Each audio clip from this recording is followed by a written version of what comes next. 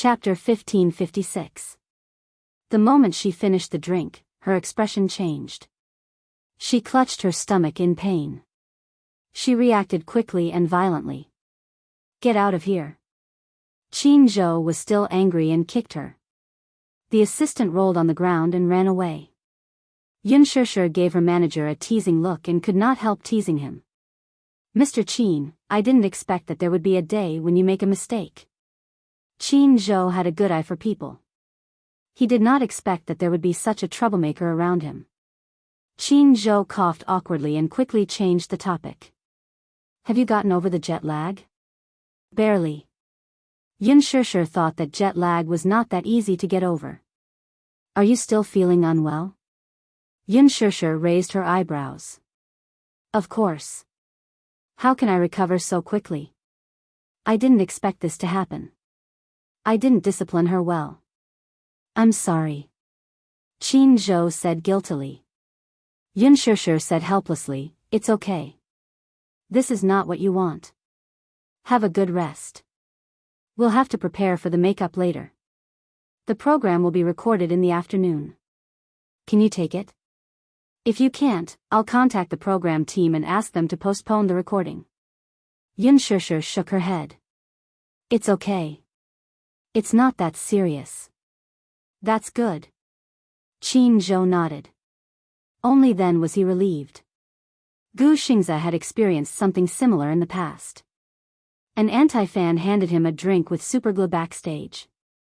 Out of his unconditional trust in his fans, Gu Xingza unscrewed the cap and took a sip. He fainted on the spot. On the way to the hospital, he regained consciousness and vomited blood several times. Qin Zhou was completely frightened. He did not know what was in the drink and thought that it was highly toxic. When he was sent to the hospital, it was diagnosed that the superglue in the drink had damaged the mucous membranes of his throat and esophagus. He was fine after a gastric lavage. However, his work had affected him greatly. He rested for more than 2 months before he recovered. Because of this incident, it caused a huge sensation. The funny thing was that the anti-fan was still underage. Under the pressure of public opinion, Gu Xingza even pleaded for the student to be forgiven by the law. After all, he was a public figure. He had to show generosity and love. At that time, Qin Zhou was so angry. If not for the fact that the anti-fan was underage, he would not have been able to hold himself back. He would have used some means to punish this crazy anti-fan. The doctor said that if he had been sent to the hospital a little later, the consequences would have been even more serious. Because of this incident, Gu Xingza had serious repercussions. His stomach problem was very serious, and he couldn't do without gastric medicine. This incident left a deep shadow in Qin Zhou's heart. He had once blamed himself deeply for this. Even though he was a public figure and had to endure this kind of negative damage, he still felt guilty for not being able to protect his artist. Gu Xingza comforted him, saying that he had nothing to do with it. He was the one who had let his guard down and drank the drink handed to him by a stranger. However, Qin Zhou still couldn't let go of this matter. He was still brooding about it. Therefore, Yun Shishir's incident this time made him even more alarmed. It seemed that he needed to reorganize the people in his team. Otherwise, this kind of incident would happen again. He could not stand by and watch his woman get hurt a second time. The program team sent a message to Yun Shishir to get ready for her makeup. Chapter 1557. The stylist started to work on Yun Shishir's makeup for today's date. Because it was recorded in Paris, it had a romantic theme. In the first episode, Yun Shishir's stylish makeup caused a heated discussion on Weibo. Her flawless good looks made countless people become her fans. Yun Shishir's team spent a lot of money to hire a top styling team. Therefore, during this period of time, whether it was attending press conferences or opening ceremonies, Yun Shishir's stylish clothes always became a beautiful scene.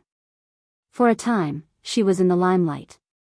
Yun Shishir's facial features were very sculptural. Her facial features were deep and her eyes were exquisite. Together with her makeup, she was flawless. Her skin was very good. Therefore, she could do the makeup that many Asian actresses could not do. This time, for Louis Vuitton's endorsement blockbuster, Xianxia tried on a European retro look.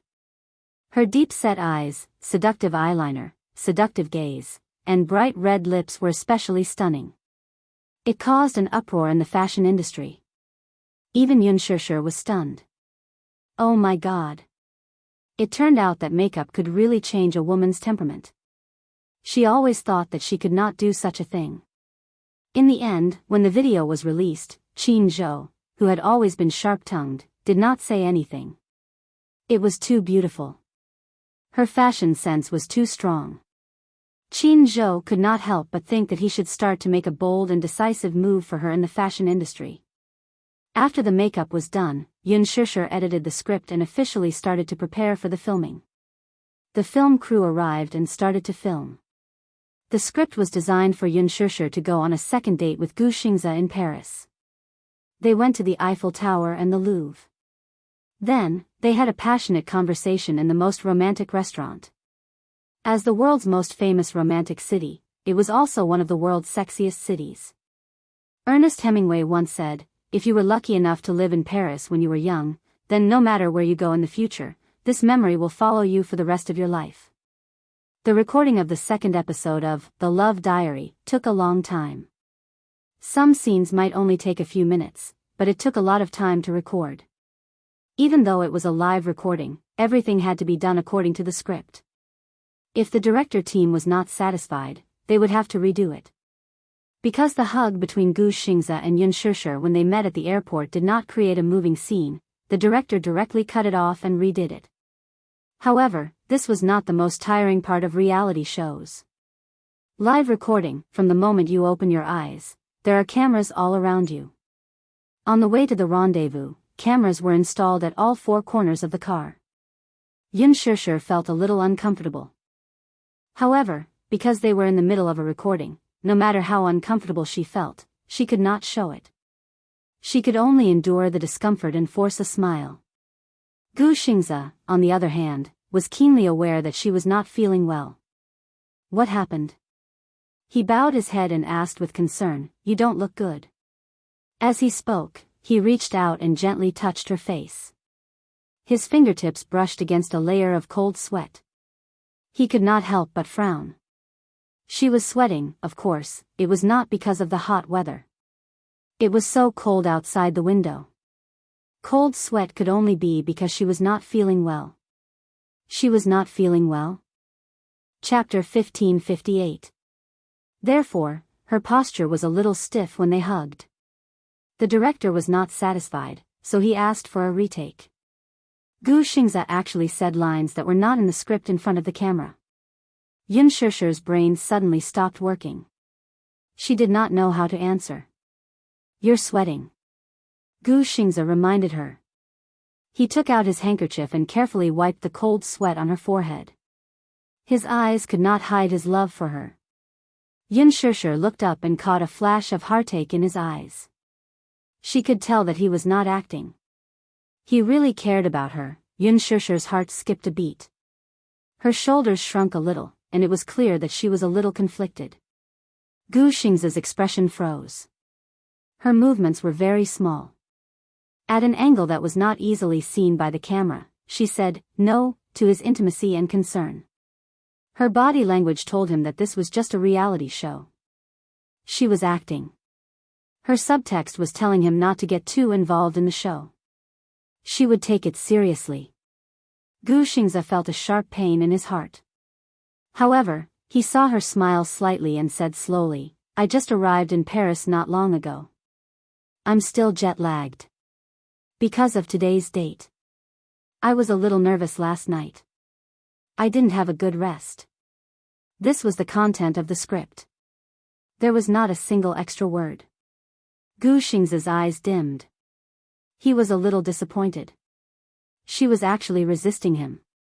Gu Xingze adjusted his anxious mood.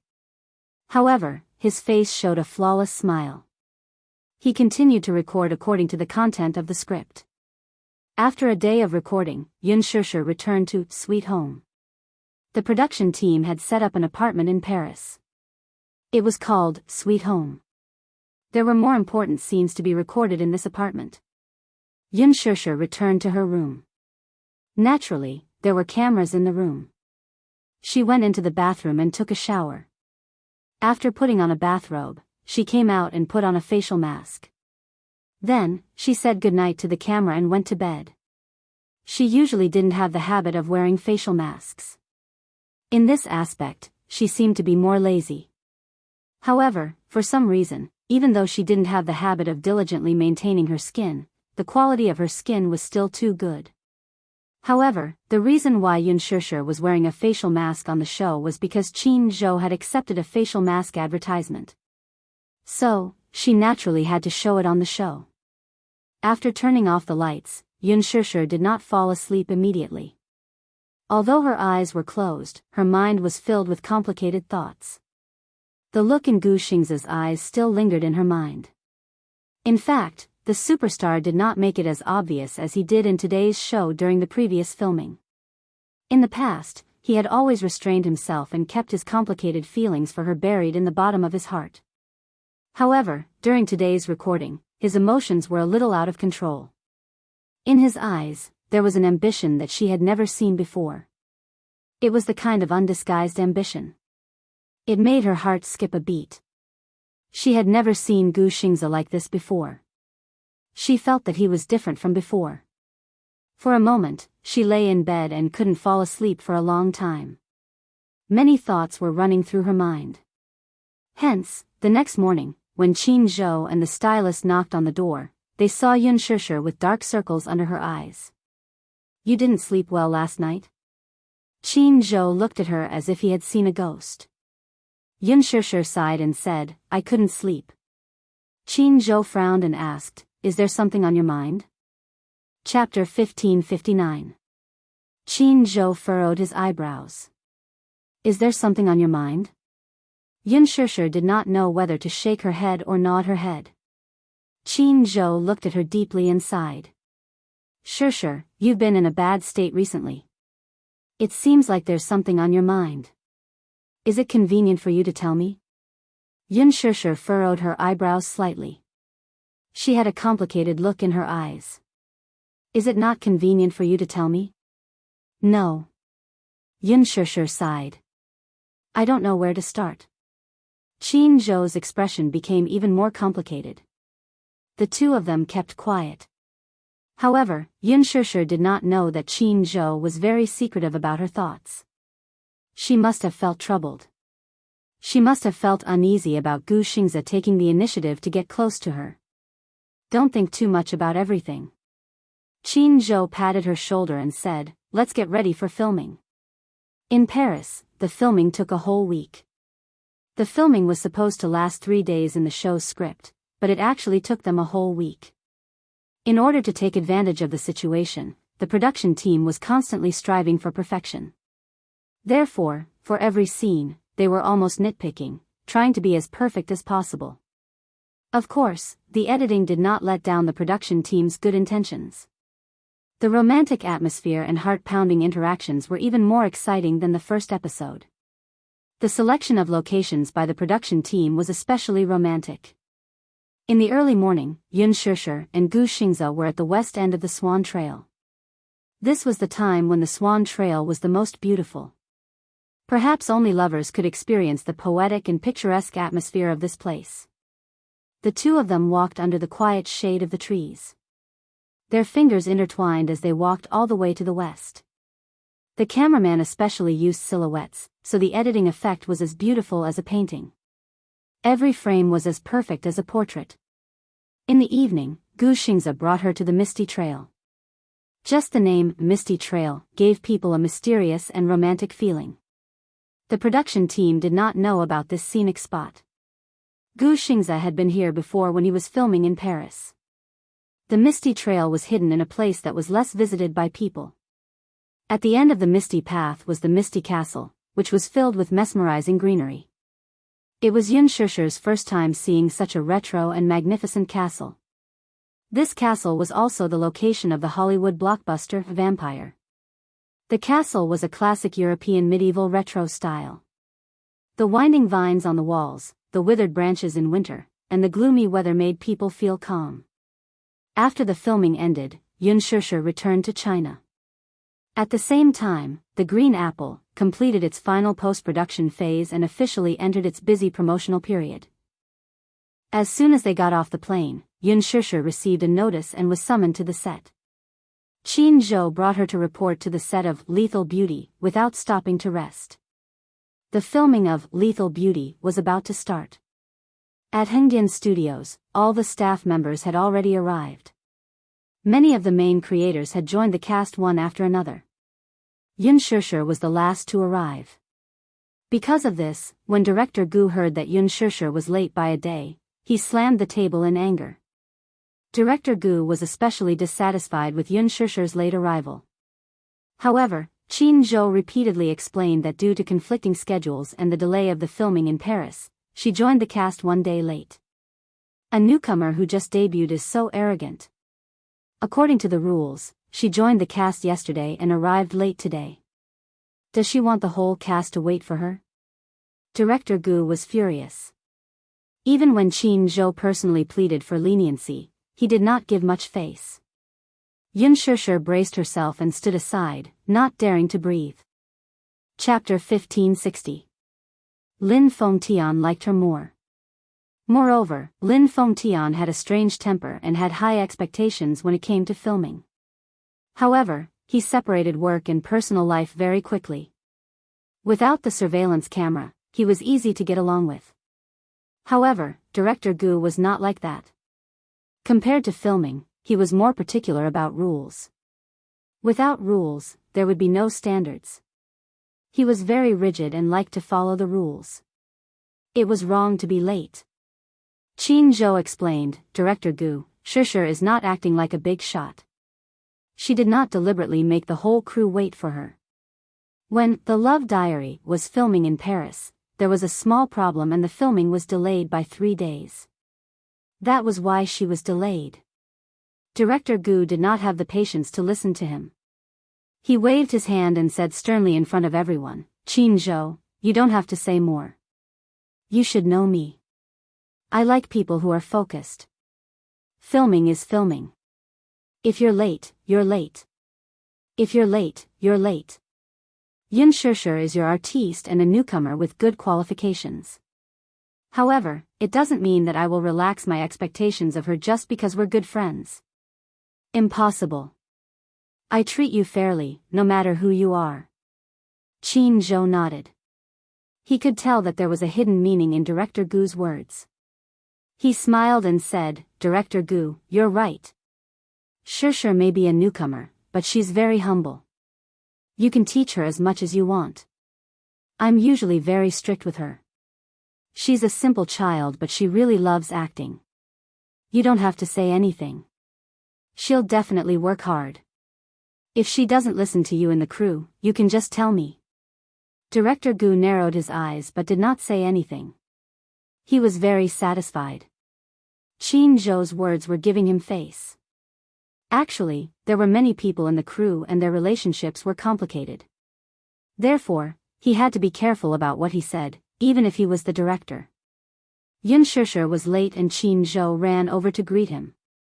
Although he was angry, he did not lose his temper. After all, they had been friends for many years. His outburst earlier was just for show. After all, the other staff members were present, and so many eyes were watching. If someone was late, he would just brush it off with a few perfunctory words. Where would his prestige come from? After all, he couldn't treat them differently, right? The other actors and crew members were present, including Lin Ji. He was the director and the most important person in the crew, so he had to show his authority. However, Qin Zhou accepted it with a smile on his face, helping him smooth things over. Moreover, Director Gu liked obedient actors and he also approved of Yun Shusher. Now that she had established her reputation, it was time to stop while she was ahead. Therefore, after exchanging a few pleasantries with Qin Zhou, he waved his hand and asked the staff to arrange a room for Yun Shusher. After arranging the rooms, it was time to prepare the luggage. Yun Shusher made a report and went back to get some thick clothes. After a while, the temperature would drop, and the clothes she had brought to Paris were too thin. Director Gu approved. Just as Xianxia was about to head home, she received a call from Wuxia. Have you returned? Yes, I just got off the plane. Where is it? I'll pick you up. No need. Qin Zhou sent me home. Chapter 1561. Unfortunately, they were only together for a short while before they were separated for a long time. She would not be able to return home for a few months while she was filming. She spent more time apart than together. Occasionally, she could apply for leave to go home, but it was only for a short while before she had to rush back to the set. In addition, during the promotional period for The Green Apple, she had to fly around the country for road shows.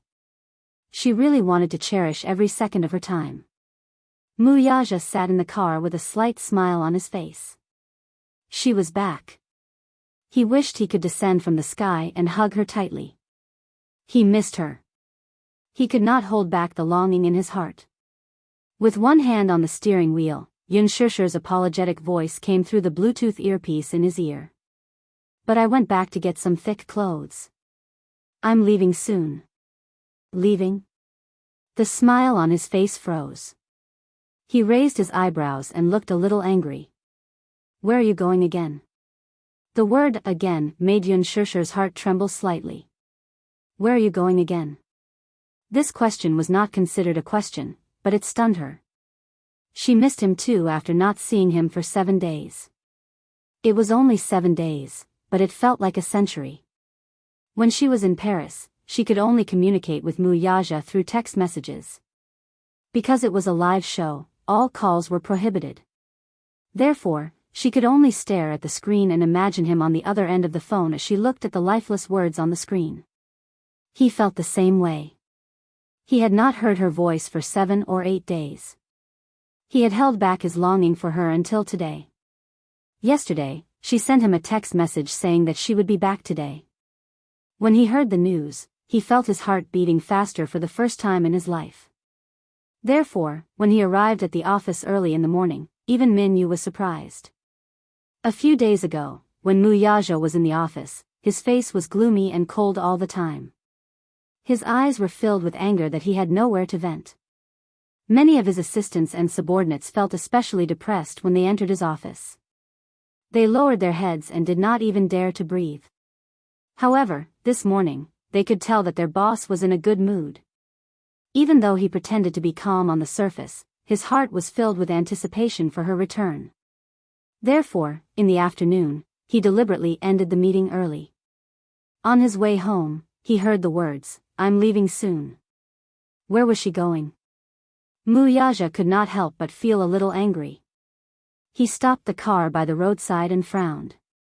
He held himself back from venting his anger on her over the phone. Was work that important? She was so important that she could ignore his feelings. For the first time in his life, he hated her work so much. That day, she left for Paris to film a show. In the morning, she called him to inform him that she was going. Her tone was careful, and she only said that while she was in Paris, she was not allowed to call him and could only send him text messages. At that time, he felt dissatisfied. You're my woman. Now you're in Paris, filming a reality show with another man, and you're asking me not to call you.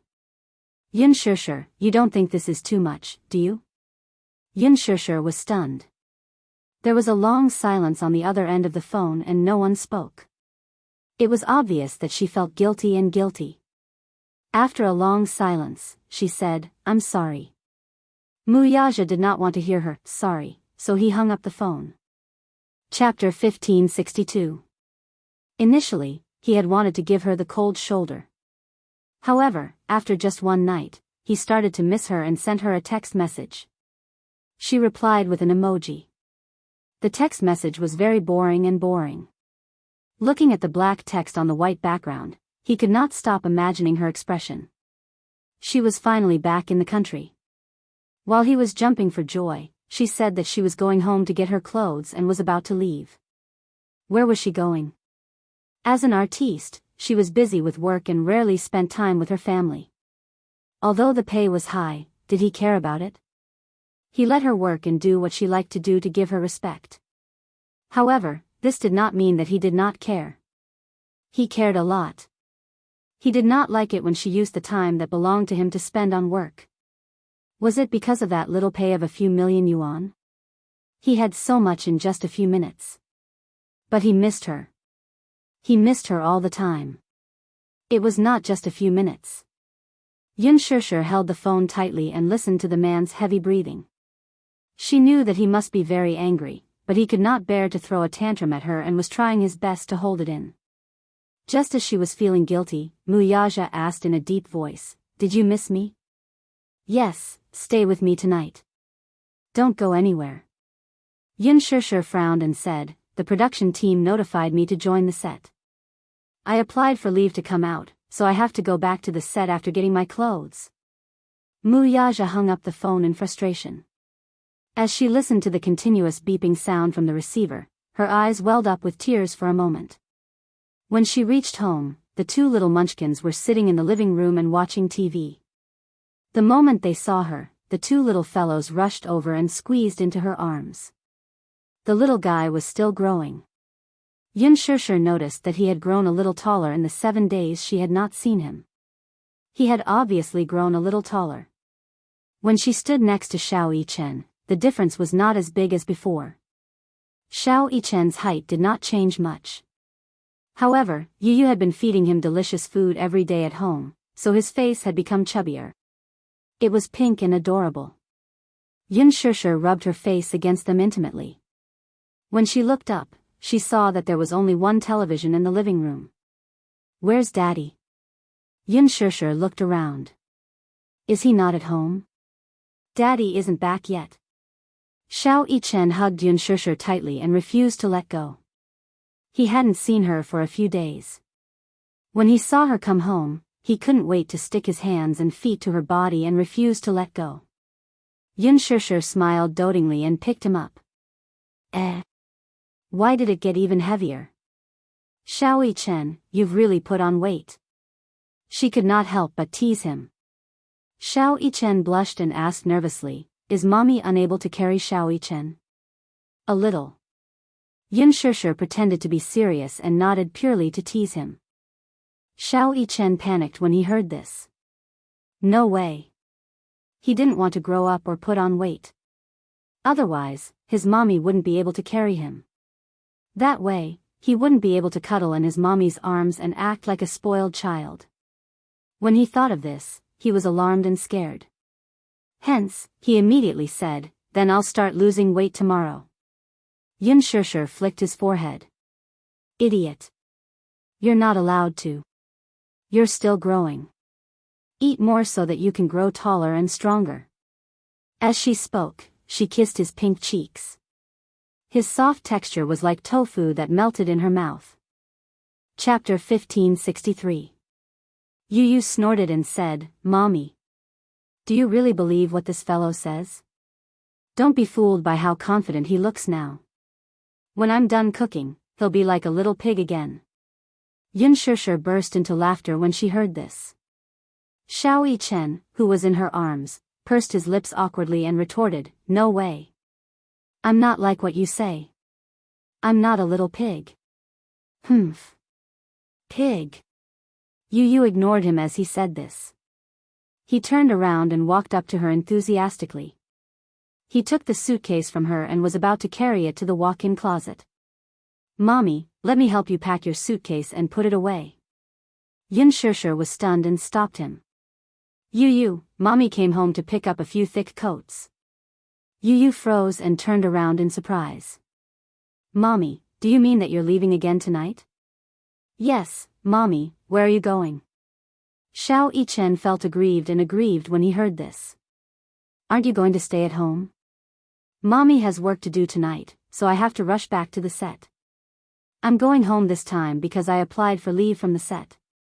Yun Shishir's eyes were filled with guilt. Yu felt a sharp pain in his heart when he heard this. He had waited for so long for his mommy to come home, but they had only been together for a short while before they had to face a long separation. He started to feel anxious. This house was so big, but it was empty. Every day, there was only him and Xiao Yichen, as well as the few servants and nannies. Xianxia had hired a few nannies to take care of them. However, Yu did not want such care. He could take care of himself. He only wanted his mommy. He instinctively opened his mouth and wanted to say, "Mommy, don't work anymore. I'll take care of you, okay?" However, when the words reached his throat, he didn't know how to say them. Yu took a deep breath and dropped her hands weakly. She had no choice but to drag the suitcase into the walk-in closet and take out all the clothes that Xianxia had brought to Paris. Then, she took a few thick cotton-padded jackets and put them in. When Xianxia carried Xiao Yichen into the walk-in closet, she saw Yu stuffing some first-aid medicine into her suitcase. Mommy's physique wasn't very good. In winter, it was easy for her to catch a cold. Therefore, in addition to warm clothes, he also put some medicine. Yu was so meticulous that she even put in the knee pads. He knew that his mommy was going to film a period drama. It was going to be winter soon. He was worried that his mommy's costume would be too thin and her knees would catch a cold. No matter how big or small, he would take care of everything for her. He was only worried that this careless and stupid mother of his would only care about filming and not take care of herself when filming. Therefore, he had to take care of everything for her sake. As Yu tidied up the suitcase, he muttered, "Can I take leave from the filming crew?" "What's wrong?" "There's a parent-teacher conference during the semester." "Mommy, can you attend it?" Before Xianxia could speak, Yu suddenly slapped his head and said, "How could I forget that mommy can't attend it?" Yu lifted his head and looked at her hesitantly. Suddenly, he sighed. Mommy is a public figure now. There are posters of mommy endorsements all over the streets. However, I can't tell anyone that the beautiful person on the poster is my mommy. When Xianxia heard this, her heart ached terribly. Chapter 1564. He chased after the car for a few steps before Xiao Yichen held his hand and they went home. After Wuxia left the company, he was still angry and did not go home immediately. He went to a cafe and ordered a cup of coffee. When the coffee was served, he left without taking a sip. When he reached home, he turned on the light at the entrance and saw that the living room was cold and silent. There was no sign of life at all. He leaned against the entrance, disappointment and coldness flashing across his deep eyes. He walked to the sofa and sat down, letting his body sink into the sofa. She was not home. The two little guys should be asleep by now. However, the house seemed incomplete without one person. Time passed slowly. He sat on the sofa but did not want to move for a moment. He kept switching his phone screen. There were no messages, WeChat messages, or calls. How could this woman ignore him like this? Was she angry because he had hung up on her? She was angry and did not want to talk to him anymore, was she? If that was the case, why didn't she think about why he had hung up on her? After she came home, she turned around and went back to work. What about him? Was she going to ignore him like this? Wuxia sank into the sofa. After thinking about it, he decided to give her a call. He dialed her number. It rang for a long time, but no one picked up. Wuxia dialed her number again, but this time, her phone was turned off. He suddenly felt uneasy. Why did her phone turn off? Could something have happened to her? At this thought, he suddenly stood up, picked up his car keys on the table, and went out immediately. Before he went out, he took a look at the room. He only left when he was sure that the two kids were sound asleep. The production crew booked 3 floors of a hotel in Hengdian Film City for the celebrities and crew. Xianxia had just gotten out of the car when she saw a few nanny vans parked in front of the hotel. Qin Zhou carried her suitcase and brought her to her room. He pushed the door open and turned on the lights. A musty smell in the room made Qin Zhou wrinkle his nose. The room was very small. There was a bedroom for the artiste to rest in, a small study for the artiste to revise her script, and a bathroom. However, Qin Zhou remembered that he had told the crew that he wanted a bigger room. It was best to have 2 beds, as Mu Shi would be coming over tomorrow. After all, she had been in the production team for so long and needed someone to take care of her. However, in this room, there was only a 1.5-meter bed.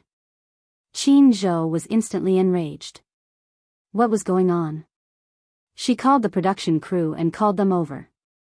Qin Zhou scolded unhappily at the door. What's wrong? Are you trying to bully our Shishir, a newcomer who just debuted, and you're giving her such a room? So small? There was also a musty smell. Looking at the bed, it was covered in dust. What are you guys thinking?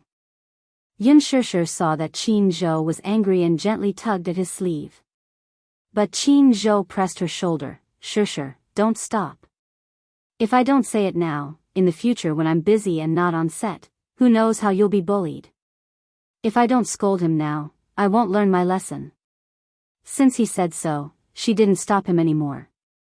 Qin Zhou glared at him and scolded him when the crew members of the film crew rushed over. Funding is a little tight. Chapter 1565. Qin Zhou sneered. You think you can treat her differently just because you're short on funds? Lin Ji and Hua Jin are staying in 5-star suites. What kind of room is Shishir staying in? Why? She's famous and noble. Does our Shishir deserve to be treated differently? Come here and look at the dust on the bed. Can you sleep if I let you? After a battle of words, Qin Zhou directly scolded that person until his face and ears turned red. Yun Shishir tried to hold back her laughter. Actually, this room was not that shabby. It was just a relatively shabby room. Qin Zhou was angry because some of the crew members flattered the powerful and stepped on the weak. They supported the famous and stepped on the less famous. That was why he exploded. The man did not dare to offend Qin Zhou. He bowed and apologized. Then, he led Qin Zhou to the front desk and changed to a luxurious suite. That was the end of the matter. The new room was not luxurious, but it was much better than Cold Cicada's room. Yun Shishir dragged her luggage into the room. She sat on the sofa and let out a long sigh. She had just gotten off the plane and was still jet-lagged. As soon as the plane landed, she had rushed back and forth between the crew and home. She felt like her bones were about to fall apart. Qin Zhou wandered around the room. He often went on business trips and flew all over the world. Therefore, he was very particular about the hotel he stayed in. Yun Shishir would be staying in this room for a long time. Therefore, he had to check her thoroughly before leaving. For example, if there was a problem with the water and electricity, it would be very dangerous if there was a problem with the wiring.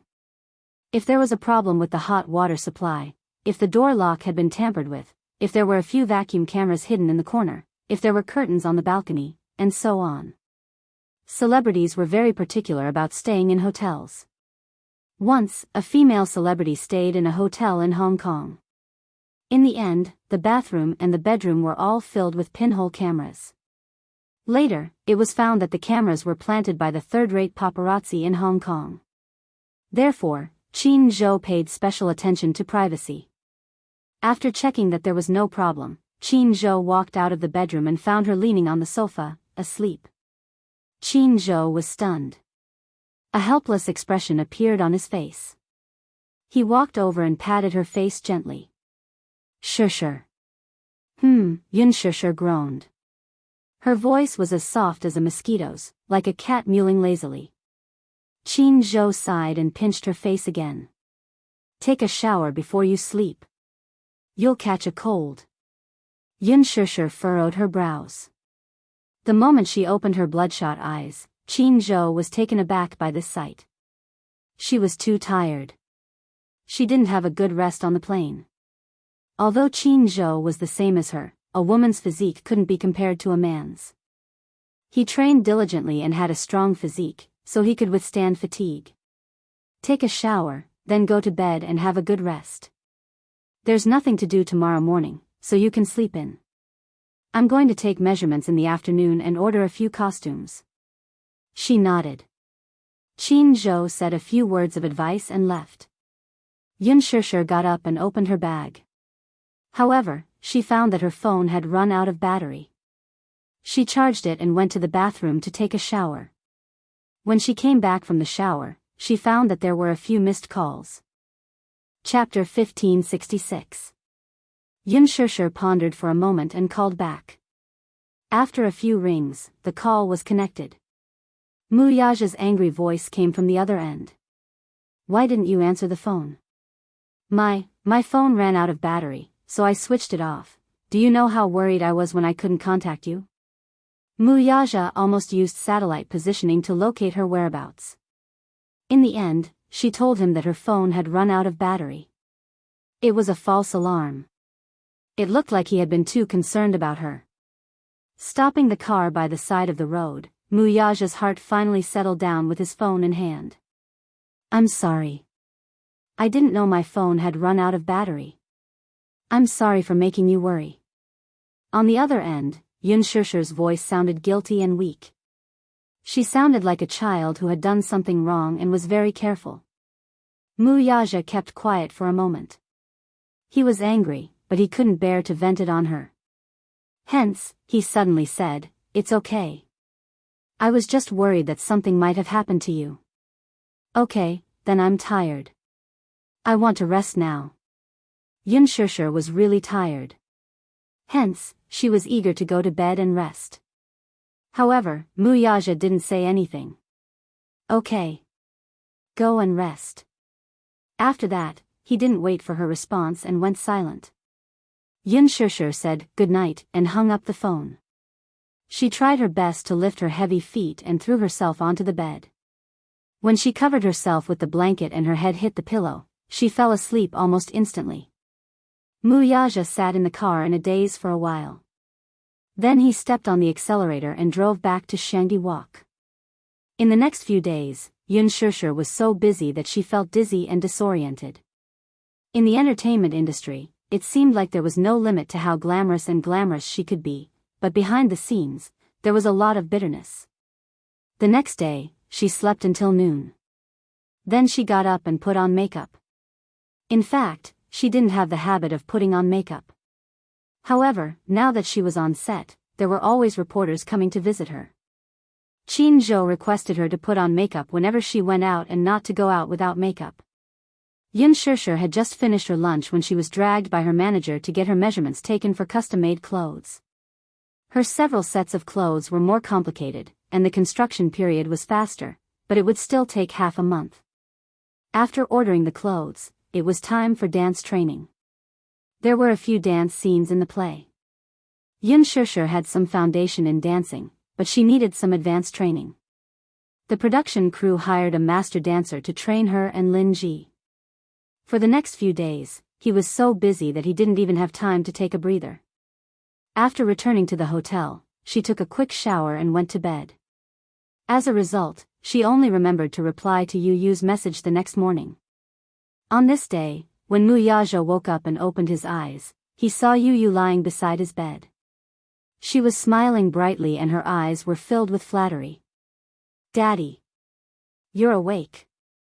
As she spoke, Yu Yu blinked her eyes in an extremely flattering manner. Her long and black eyelashes fluttered, looking especially beautiful. Wuxia was taken aback. Daddy, did you have a good sleep last night? The little guy kept flattering and asking about his well-being. Wuxia stared at him. Then, he said in a deep and hoarse voice, It's not good to offer a treasure for no reason, Daddy, you're wrong. I can't rape you, nor can I steal from you. However, there is indeed something that I need to discuss with you. Chapter 1567. Wuxia raised an eyebrow when he saw how serious he was, as if he had something important to discuss with him. What is it? Daddy, it's like this. With that, he snuggled into his father's blanket and lay on his chest with a grin. Cupping his cheeks, he fawningly gave him 2 kisses before asking with smiling eyes, My dear Daddy, are you free today? No. Yu Yu frowned when she heard that. Can't I apply for leave? Wuxia pondered for a moment. You can, but it depends on what it is. Oh. He couldn't help but pinch Yu Yu's rosy cheeks and raised an eyebrow. Don't keep me in suspense. Just tell me, what's the matter? There's a parent-teacher conference this afternoon. Actually, Mommy's information was not logged in when I entered the school, so the teachers couldn't contact my parents. This time, at least one of my parents has to attend the parent-teacher conference. You can't go? Yu said worriedly. Actually, I also feel that the parent-teacher conference is just a formality. There's no need to go. In the past, before Mommy entered the entertainment industry, she always attended every parent-teacher conference. But now, her identity is special and she can't show up. So, I can only ask Daddy for help. Okay? Okay. Wuxia agreed. What time in the afternoon? Yu immediately replied happily, 2 in the afternoon. Okay. I'll be there in the afternoon. Okay. I'll wait for you at the school. Do you know the school's address? Yes. Moi. Daddy is so obedient. Yu was satisfied and kissed him again. She was in a good mood. But can you promise me something when you go to the parent-teacher conference? What is it? Yu winked and said, keep a low profile. Wuxia was amused. How do you want Daddy to keep a low profile? At the very least, don't be too ostentatious. Don't drive those luxurious cars here. I don't want the teachers in the school to think that I'm a rich second generation. Wuxia was amused. Isn't that so? Humph. Even if he was, he didn't want others to gossip about him. It's so annoying. With that, Yu smiled and said, Daddy, rest for a while more. I'm going to make breakfast. I'll wake you up at 8 o'clock. Where's Xiao Yichen? Morning jog. He and Xiao Yichen woke up early every day.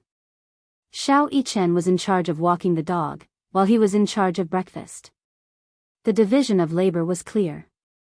When Wuxia woke up, the 2 little guys had already been picked up and sent to school. Today is Friday. It had been 7 days since Yunshishir joined the cast. Another 7 days passed. In total, it seemed like he hadn't seen her for half a month. Every day when he slept alone on the big bed, he felt that half of his arms were empty. He couldn't get used to it. Once he got used to the warmth of a person, he couldn't get used to the coldness of sleeping alone. When he met her, he didn't feel that it was lonely and cold to sleep alone. However, every time he returned home, he would look at the dark room and the empty big bed. He felt that the room was dark and oppressive. He resisted the urge to call her, but she didn't send him a message either. Was she that busy? Chapter 1568. Minyu heard from the film crew that she had been practicing her dance diligently. Apparently, she spent most of her time in the practice room. So busy. He sighed in his heart. Then, he sneered and felt a chill in his heart. In a fit of pique, he told himself that he had to give this ignorant woman the cold shoulder. He wanted her to have a taste of what it felt like to be ignored. The parent-teacher conference was originally scheduled for 2 in the afternoon. Wuxia calculated the time and decided to deal with everything in the morning. If he could, he would move the meeting forward. If he couldn't, he would postpone it to the next day. He took Yu's words to heart. Hence, he called Minyu and asked him to find a low-profile car. Minyu frowned. Boss, I don't understand what you mean. What are you planning to do? Wuxia coldly glanced at him. I'm asking you to find me a car that's more low-key. Low-profile? For example, a Volkswagen Phaeton. A Volkswagen Phaeton, so low-profile? Minyu asked, Boss, why do you want to change your car? Wuxia replied, I want to keep a low profile. Minyu's mouth opened in surprise. However, he did not say anything and went to find a car for him. After the meeting in the morning, he returned to his office and found that he had 2 missed calls on his phone. He tapped on them and saw that they were from the same unknown number. Wuxia sat down at his desk and dialed the number. When the call was picked up, a woman's gentle and polite voice came through. Excuse me, are you Yu's father? Wuxia was stunned for a moment and asked, You are? The teacher smiled and said politely, "Oh, I'm so sorry. Sorry to disturb you. I'm the Dean of Education at Yu's school. My surname is Yuan. Is it convenient for you to come to the school now?" Wuxia frowned and raised his wrist to look at the time. It was only 10 in the morning. He could not help but feel suspicious. Isn't the parent-teacher conference at 2 in the afternoon? No, it has nothing to do with the parent-teacher conference. Hee. Is it convenient for you to come over now? Yu is in a bit of a situation and needs you to come over and take care of it. The teacher's voice was extremely polite. Through the phone, she could feel Wuxia's imposing aura. Due to his imposing manner, she didn't dare to say it out loud for fear of angering him. Wuxia looked at the time again. Since the teacher called to say that there was an urgent matter for him to deal with, he naturally couldn't ignore it. Even though there was still a video conference coming up, it had to be put aside. Wuxia said, "Good. I'll be right there." "Good. I'll wait for you at the Academic Affairs office." Wuxia hung up the phone and got up. He picked up his coat from the hanger and put it on. Just as he opened the door, he bumped into Minyu. He was holding a few proposals and documents from the conference. He had already organized them and was about to go to the conference. However, when he looked up, he saw Wuxia ready to go. He was a little surprised. "Boss, aren't you hot wearing so much? The heater is on in the conference room." Wuxia said decisively, "I'm going out. Postpone the conference until I come back." Chapter 1569. Minyu anxiously said, "If there's an emergency, leave it to me." Wuxia gave him a side glance. "Are you going to attend my son's parents' meeting?" "Minyu. I dare not." Wuxia snorted. "Then, hurry up and postpone the meeting." Minyu rushed over at once. F***ck. So, it's the little master's parents' meeting? He mistakenly thought that Xiao Yichen had caused trouble in school again. In fact, Wuxia usually did not attend any parent-teacher conferences or parent-teacher conferences that little Yichen's school had invited.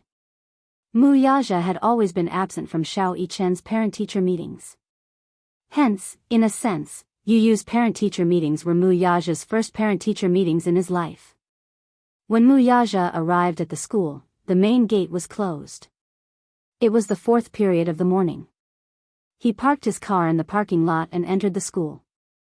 When he reached the administrative office, he could hear the commotion coming from inside, even from outside the door. Among the noisy crowd, only a middle-aged woman's voice was particularly sharp and piercing. "Where are Yintianyo's parents? Haven't they arrived yet?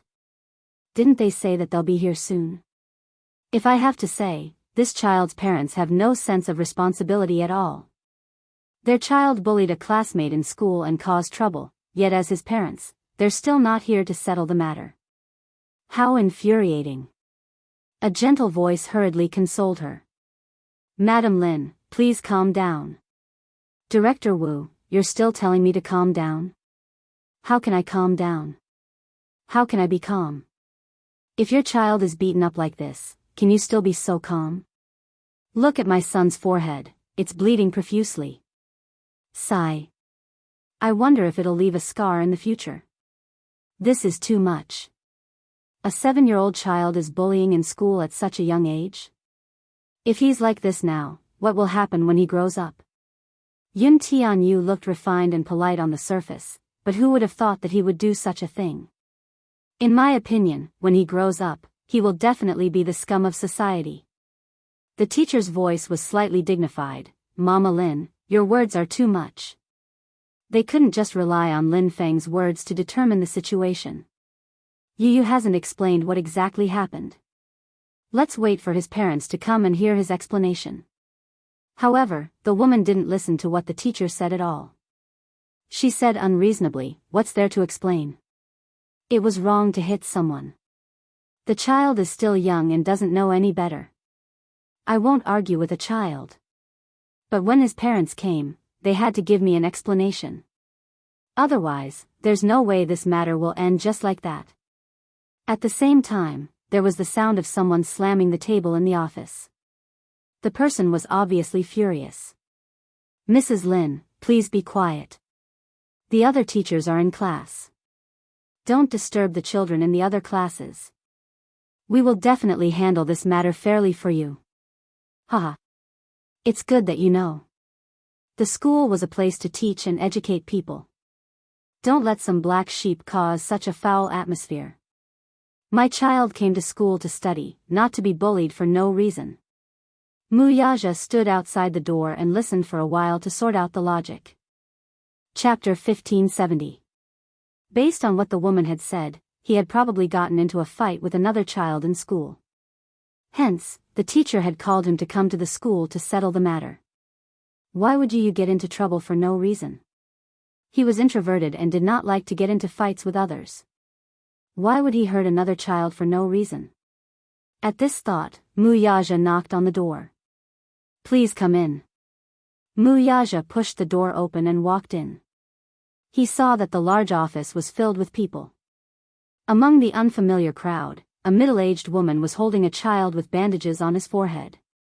The child's eyes were red and swollen, as if he had been crying. He was nestled in the woman's arms and looked aggrieved. Yu, on the other hand, was sitting next to a teacher in a white shirt with a badge on her chest. Compared to the teacher, who was in a terrible fix, Yu was calm and unperturbed. From the beginning to the end, he acted as if nothing had happened and remained silent. In this farce, he did not open his mouth or say a single word. Even though this middle-aged woman was cursing and scolding in front of all the teachers in the academic affairs office, he acted as if it had nothing to do with him and did not say a single word. Or perhaps, he thought that it was pointless to talk to such an uncultured person like Mrs. Lin. If he were to speak, this woman would probably explode in anger. He sat there leisurely, but he looked a little disheveled. There were a few black shoe prints on his well-ironed school uniform, as if he had been in a fight. The moment Wuxia stepped through the door, everyone's curious gazes landed on him. He walked in and stood at the entrance. His imposing height of 1.88 meters made the large academic affairs office seem incomparably small. His extraordinary aura spread to every corner of the office. Even the middle-aged woman could not help but be stunned when she saw him. Before Wuxia entered the office, Lin Feng's mother had a lot of imaginations about Yu's guardian. However, she had not expected this man to be so young and shockingly handsome.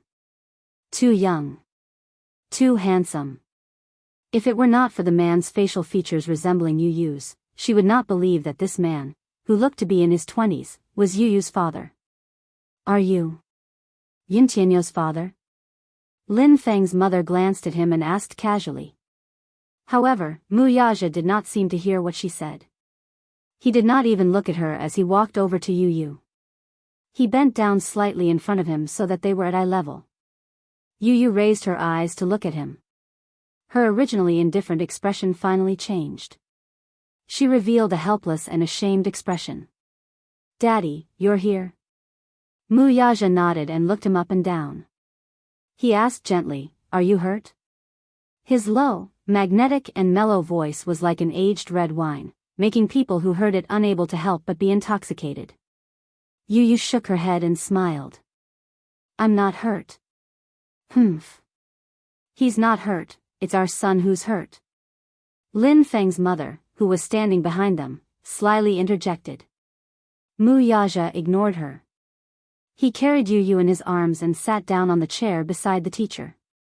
The moment he sat down, Yu's discipline master stood up, feeling at a loss as to what to do. Chapter 1571. This man's aura was too intimidating.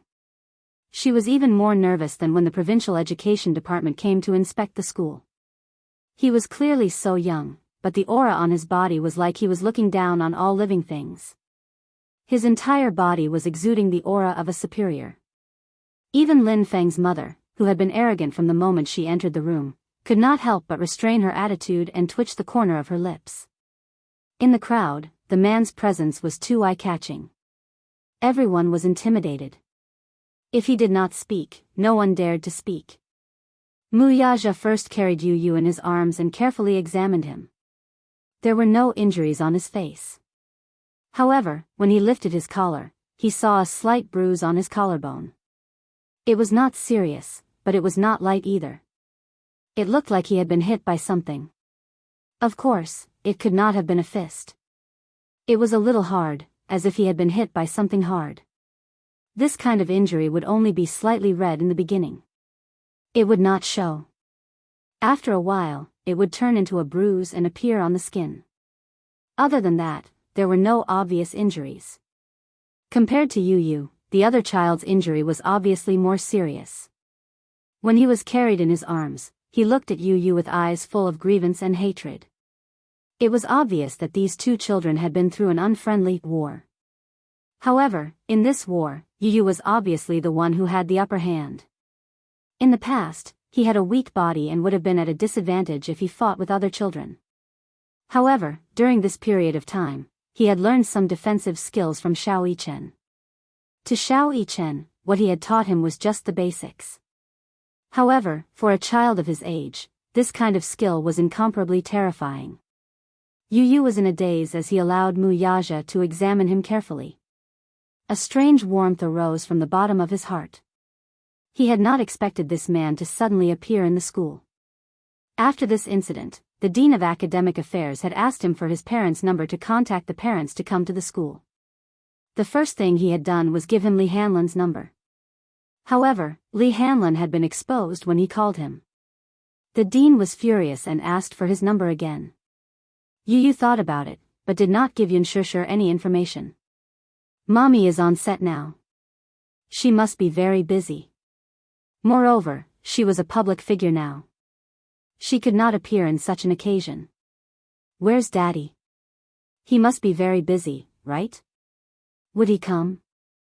Knowing that he was in trouble, would he rush over to help him deal with it? In fact, such a matter could have been handled by Li Hanlan, but for some reason, he handed over Mu Yaja's number. Unexpectedly, he arrived in less than half an hour. He must have rushed to the school as soon as he received the call.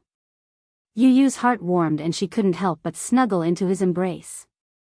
For the first time in his life, he felt that he had someone to rely on.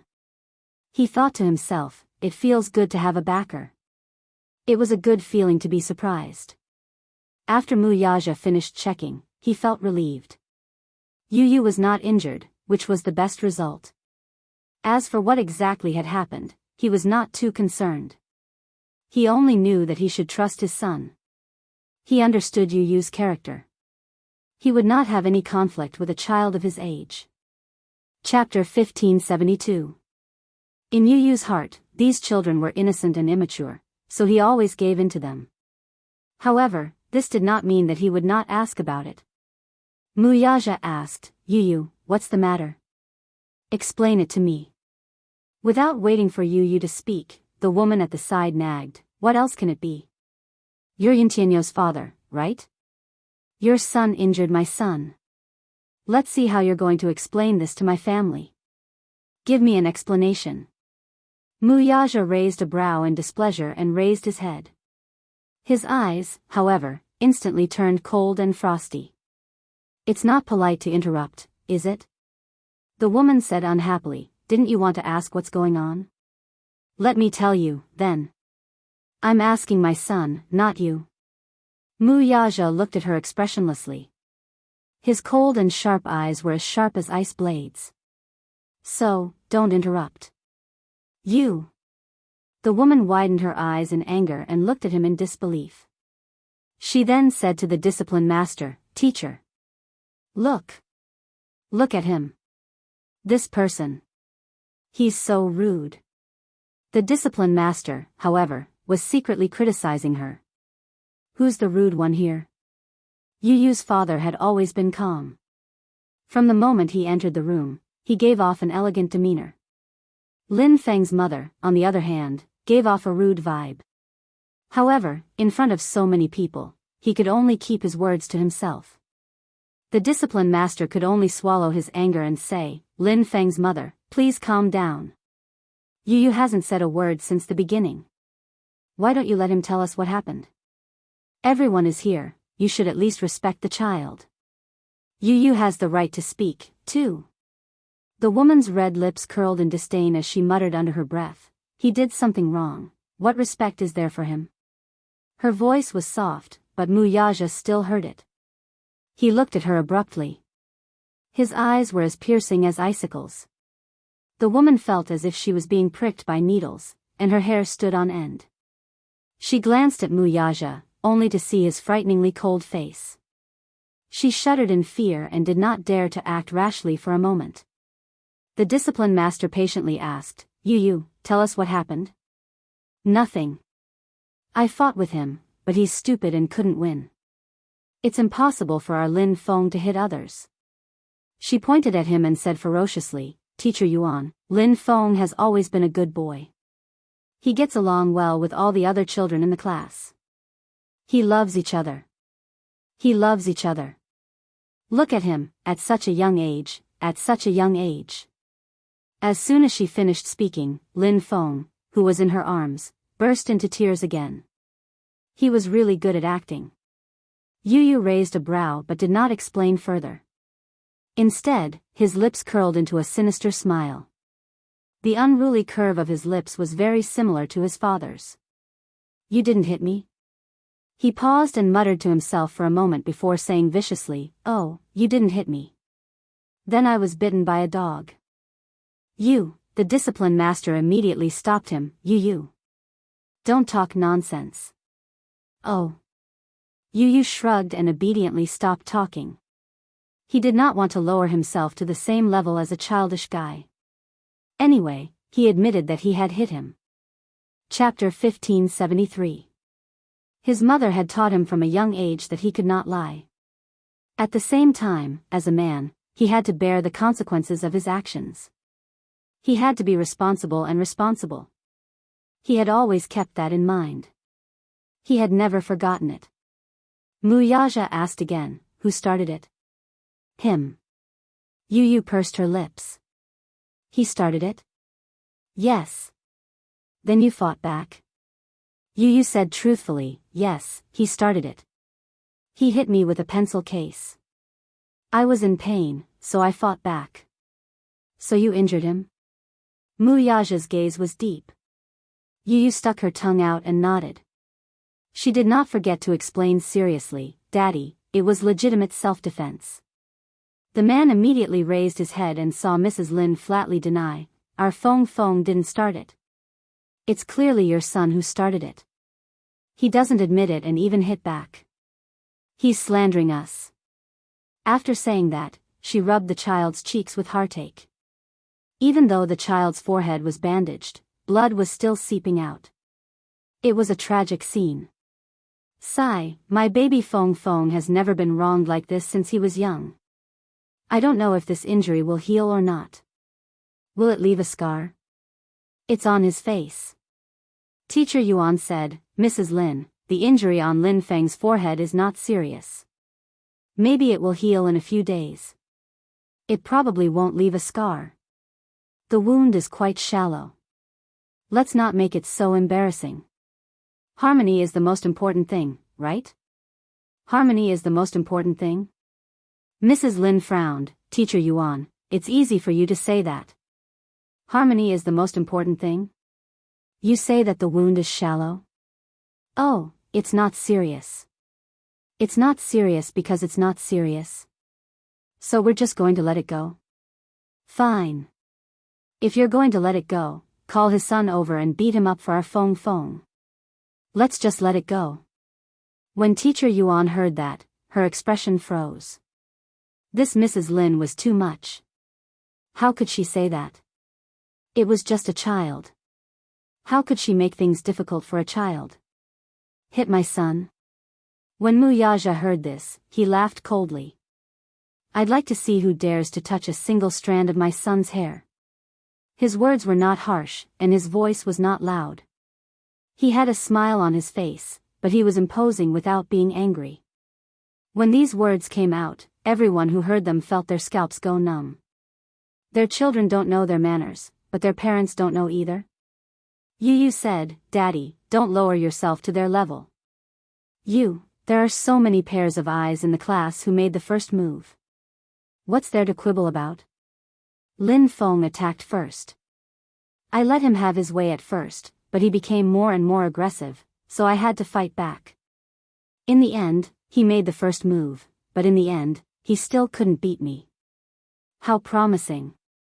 Frightened by his words, the teacher hurriedly stopped him. Yu, don't talk so much.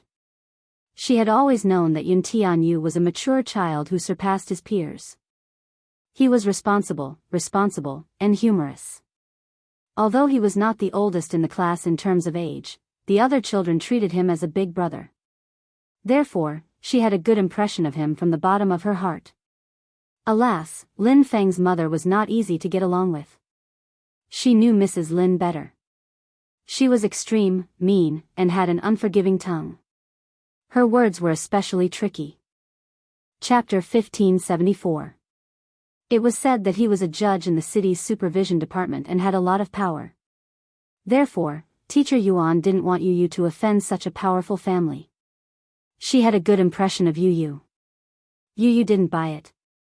Teacher Yuan, didn't you say that you would handle this fairly? I was just telling the truth. Teacher, do you believe me? Of course she believed him. Teacher Yuan had a complicated expression. She looked at Mrs. Lin and then at Yu. After weighing the pros and cons, she sighed, Yu, I believe you. Yu smiled in satisfaction. This Teacher Yuan was quite upright. He liked it. Lin Feng's mother didn't know what to say. Teacher Yuan said that she believed this bastard. What did that make her? So, after half a day, she had become a clown? Lin Feng's mother gritted her teeth and threatened, Teacher Yuan, you have to be responsible for what you say. You don't have any evidence. How can you make such assertions based on the words of a few children? What you hear may be false, but seeing is believing. Did you see it? Yu asked. Interesting. You didn't see it either. What makes you say that? But you can't beat Feng up like that. Mrs. Lin shouted hysterically. Her voice was so loud that it shook the office. Teacher Yuan was embarrassed. On the one hand, Yu's words were obviously more tenable. Logically speaking, this matter was very simple to resolve. Both sides just needed to communicate and apologize to each other. After all, the conflict between children was just a matter of the past. Maybe tomorrow, it would be over with a smile. However, Lin Feng's mother wasn't easy to talk to. She was even more serious than the children and kept asking for an explanation. What explanation could she ask from a child? Therefore, she said, Mrs. Lin, it's normal for children to fight. It's not a big deal. Lin Feng is injured and so is Yu. I've understood the situation before. Indeed, as Yu said, everyone saw that Lin Feng was the one who started the fight. Still, the boy was in the wrong in this matter. He should not have been so heavy-handed. Lin Feng is also in the wrong, he shouldn't have hit him first. Therefore, both sides should apologize to each other. Let's end the matter here. Impossible. Mrs. Lin reprimanded, it's not over. Teacher Yuan, you're obviously biased toward Yun Tianyu. I don't care. Anyway, you must get Yu's father to give you an explanation for today's matter. Otherwise, when my husband comes to school later, don't blame the scene for being too ugly. These words were clearly a threat. He was clearly threatening Teacher Yuan. Mrs. Lin actually didn't care who was right or wrong. Her child had been injured and wronged, and that was something the heavens couldn't tolerate. Furthermore, she had previously caused such a ruckus in the teaching office. Under so many pairs of eyes, how could she admit defeat? There was no way out of this matter. It was impossible for her to apologize. Hence, she said those harsh words. Teacher Yuan helplessly glanced at another teacher. That teacher understood tacitly and immediately stood up. He took Lin Feng's mother and the other family members to another office and comforted them. After the door was closed, only a few teachers were left in the spacious office. Chapter 1575. Yu sat calmly in Muyaja's arms. Muyazha, on the other hand, was expressionless as he watched the drama unfold. Teacher Yuan sat beside Mu Yaja and poured him a cup of tea. Then, she started to prepare him mentally. Yu's father, is this your first time coming to school? Why didn't I see you when school started? I didn't see Yu's mother either. We were busy and neglected you. I'm sorry. Mu Yaja narrowed his eyes and glossed over it with a few words. Teacher Yuan's heart skipped a beat. This man's voice was so pleasant to the ears. If not for the fact that he was taken, she would have fallen in love with him. Yu looked up and saw a flash of admiration and shyness in Teacher Yuan's eyes. She could not help but twitch her lips. F***ck. What was going on? Yu's father, since you're here, why don't you register your name? Teacher Yuan took out the name list. The school would make a contact book for each child. However, Yu's parents' information was not registered. Hence, the school had been urging the child's parents to come to school. In fact, Li Hanlin had come to school when school started. However, because the information did not match, the name list was cleared. Mu Yaja held a pen and scribbled on the name list. Finally, he signed his name. Teacher Yuan glanced at it and was shocked. Your surname is Mu? Yes. She was a little surprised and said, Oh, so Yu doesn't follow your surname? Mu Yaja looked up disapprovingly and asked, Does it matter whose surname he follows? Teacher Yuan was speechless. She exchanged a few pleasantries and said, Of course, it doesn't matter whose surname he follows. His mother is busy. If there's anything in the future, you can contact me directly. Okay. Teacher Yuan paused and then asked tentatively, So, Yu's father, how do you intend to deal with this matter? I'll deal with it as I should. Teacher Yuan hesitated and moved closer to him. She lowered her voice and said, Yu's father, there's something I have to tell you. Lin Feng's father and mother are not simple people. I, on the other hand, am very fond of Yu. Everyone is very regretful that this has happened. But since it happened, we should think of a solution. But you should know that there's no such thing as absolute fairness and justice in this world. Actually, Yu should not have offended Lin Feng's mother this time. She's mother is the most troublesome person's mother's father. When it comes to Lin Feng, she's unreasonable. She's from a powerful family. We can't do anything to her. But I have a Lin, Yuo's father. Lin Feng's mother's family is very rich. Her husband's family is also very influential. Her husband is a judge. He's not to be trifled with. Yu is also at fault in this matter. So, he should lower his head and admit his mistake. Then, he should apologize to Lin Feng and pay for the medical fees. Then, this matter will be over. Why wouldn't he do it? We don't want to make a big deal out of this matter for Yu's sake. Sigh. Mu Yaja curled his lips and said coldly, As a teacher, how can you say that in front of a child? Chapter 1576. Mu Yaja said calmly. He paused and raised his head. His voice was cold and soft. Is that what you mean? As soon as he finished speaking, Teacher Yuan's face immediately turned red. It was so red that it looked like blood was dripping from his face. Yu's father, you should know that I don't have any bad intentions. But isn't this for your own good? If Lin Feng's mother calls Lin Feng's father over, I'm afraid that things will get out of hand. Yu looked at Teacher Yuan expressionlessly. He had thought that this teacher was quite upright. He had misjudged her. He wouldn't apologize. Even if he had to apologize and admit his mistakes, Lin Feng should apologize to him first, as he was also in the wrong. That was the basic principle. Mu Yaja didn't think that Teacher Yuan was saying that for Yu's sake. Immoral values. Did she think that by saying that, she would be able to give the child the best education? She had to admit her mistakes when she did something wrong. But that didn't mean that whoever had a stronger family background or a stronger father would have to bow down to the other party. That didn't make sense. Hence, Mu Yaja narrowed his eyes and said coldly, The the child is still young. I hope that the education he receives will at least be immoral.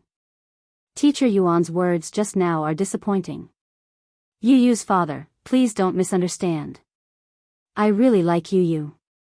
I'm only saying that for your sake. Mu Yaja interrupted her. There's no need for you to think that way. Teacher Yuan's face revealed a dejected expression. Yu Yu said, Teacher Yuan, I didn't do anything wrong. Why should I apologize? Lin Feng was the one who attacked me first. I was just defending myself. The injury on his forehead wasn't caused by me. So, why should I apologize? Yu Yu. Teacher Yuan was helpless. Why did Lin Feng hit you for no reason? I heard from my classmates that it was because you said harsh words that provoked him, so he was unable to restrain his anger and hit you. You shouldn't have scolded him and angered him. I didn't scold anyone. Yu Yu said innocently with a kind expression. Lin Feng had been humiliated and infuriated, so he had attacked first.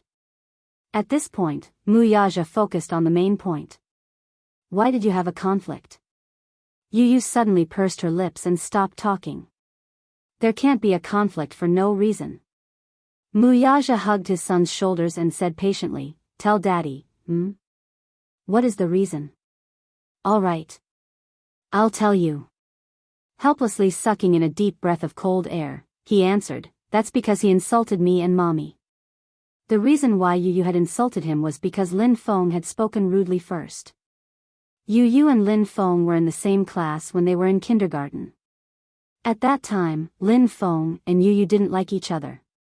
Everyone in the class, regardless of gender, liked to play with Yu Yu. They stuck to him and said, Yu Yu long and Yu Yu short all the time. However, no one was willing to play with him. Lin Feng was used to being spoiled at home. Therefore, he was arrogant and had a strong physique. Many children stayed away from him. Chapter 1577. Yu Yu could not gain any advantage over the tall and burly Lin Feng. At that time, the kindergarten teachers knew very well that they could not afford to offend Lin Feng's parents. In comparison, Yu Yu was much easier to bully. After all, who would look up to a single-parent family? Everyone saw the mother and son pair as small fries. Who would be willing to offend someone whom they could not afford to offend for Yu Yu? The neighbors in the neighborhood mocked and ridiculed Yun Shishir, not to mention the snobbish teachers in the kindergarten. Because Lin Feng wasn't an ordinary child, the teachers didn't dare neglect him. Regarding this matter, they dealt with it as if it was a small matter, and a small matter was nothing. Yu Yu felt extremely aggrieved, but he could not say anything. After he got injured, he did not dare to say anything to Yun Shishir. Even when he took a bath and treated his wound, he did it secretly. Firstly, he was worried that his mother would be sad if she saw it. Secondly, he was afraid that his mother would find him in school. Lin Feng's family background was special. At that time, their family background was average and could not be compared to his. It was also from then on that Yu Yu made up his mind to become stronger and let his mother live a happy life in this world where the strong preyed on the weak. That was what he thought, and he did it. Now, not to mention his father, even with his own strength, he did not need to be wary of Lin Feng's family background. Teacher Yuan, on the other hand, had good intentions. She was afraid that Lin Feng's parents would not let this matter go and continue to pester them. She tried every possible way to turn this matter into a small matter, which would make it easier for her. In the end, it was Mu Yaja who gave her the cold shoulder. Feeling aggrieved, she pursed her lips with an ugly expression. How did he insult you and Mommy? Mu Yaja pressed on. Yun Tianyu pondered for a moment before telling her everything. It turned out that Lin Feng's mother had known Yun Shishir since they were in kindergarten. The two had gotten into an argument during the parent-teacher meeting because, in front of Yun Shishir, Lin Feng had said to Yu Yu, You're a vile spawn with a mother but no father. For Lin Feng to say such words, it wasn't a bad thing. What could a child understand? Lin Feng had probably been taught to say such things by his parents. Lin Feng's mother knew that Yu Yu grew up in a single-parent family. He only had a mother and no father. Therefore, whenever Lin Feng mentioned Yu Yu, his mother would say, "Don't bother with that bastard who has a mother and no father." Children born from single-parent families have very perverted personalities. When Lin Feng heard that, he remembered Yu Yu. His impression of Yu Yu had been influenced by his mother. She had given birth to Yu Yu without a father. Yu Yu immediately scolded, "Humph. She's better than that old hag of yours." She had said that in front of Lin Feng's mother. She had said it on purpose. When Lin Feng's mother heard that, she slapped Yu Yu on the spot. When Yun Shishir saw that, how could she bear to see her precious baby being wronged? She immediately slapped Lin Feng's mother in return. The two quarreled in front of so many parents until their faces turned red. This was the first time Yun Shishir had lost control like this. She was so agitated that her whole body trembled. In the end, the principal rushed over and stopped this farce. However, this feud was formed just like that. Chapter 1578. First, he asked in a strange tone, "Is your mommy coming to the parent-teacher conference today?" Yu Yu did not raise his head and said indifferently, "My mommy isn't coming." Lin Feng was about to sneer at him when Yu Yu said, "My daddy is coming." Lin Feng's eyes widened. "I thought you didn't have a daddy." His mother had always told him that Yu Yu did not have a father, but he said that his father would come to the parent-teacher conference. Ha! Could it be that he was bragging? Yu Yu did not pay much attention to him. He did not want to talk to him. However, as soon as class ended, the classroom was filled with gossip about him. Lin Feng went around and told the other children that Yu Yu only had a mommy and did not have a daddy. Yu Yu said that his daddy would come to the parent-teacher conference in the afternoon. If he was not bragging, then his mommy must have found a wild man outside.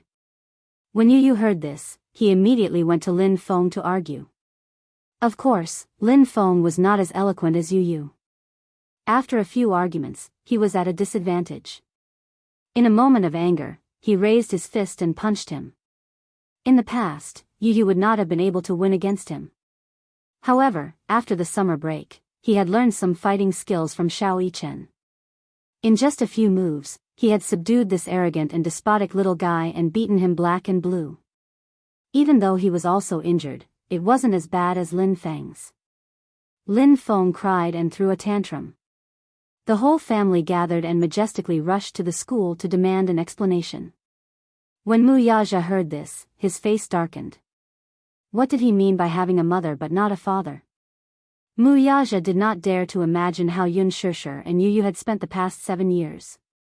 Could it be that this kind of vile mockery had accompanied Yu Yu throughout his childhood? At the thought of this, Wuxia's heart ached. Such unbearable words actually came from the mouth of a 7-year-old child.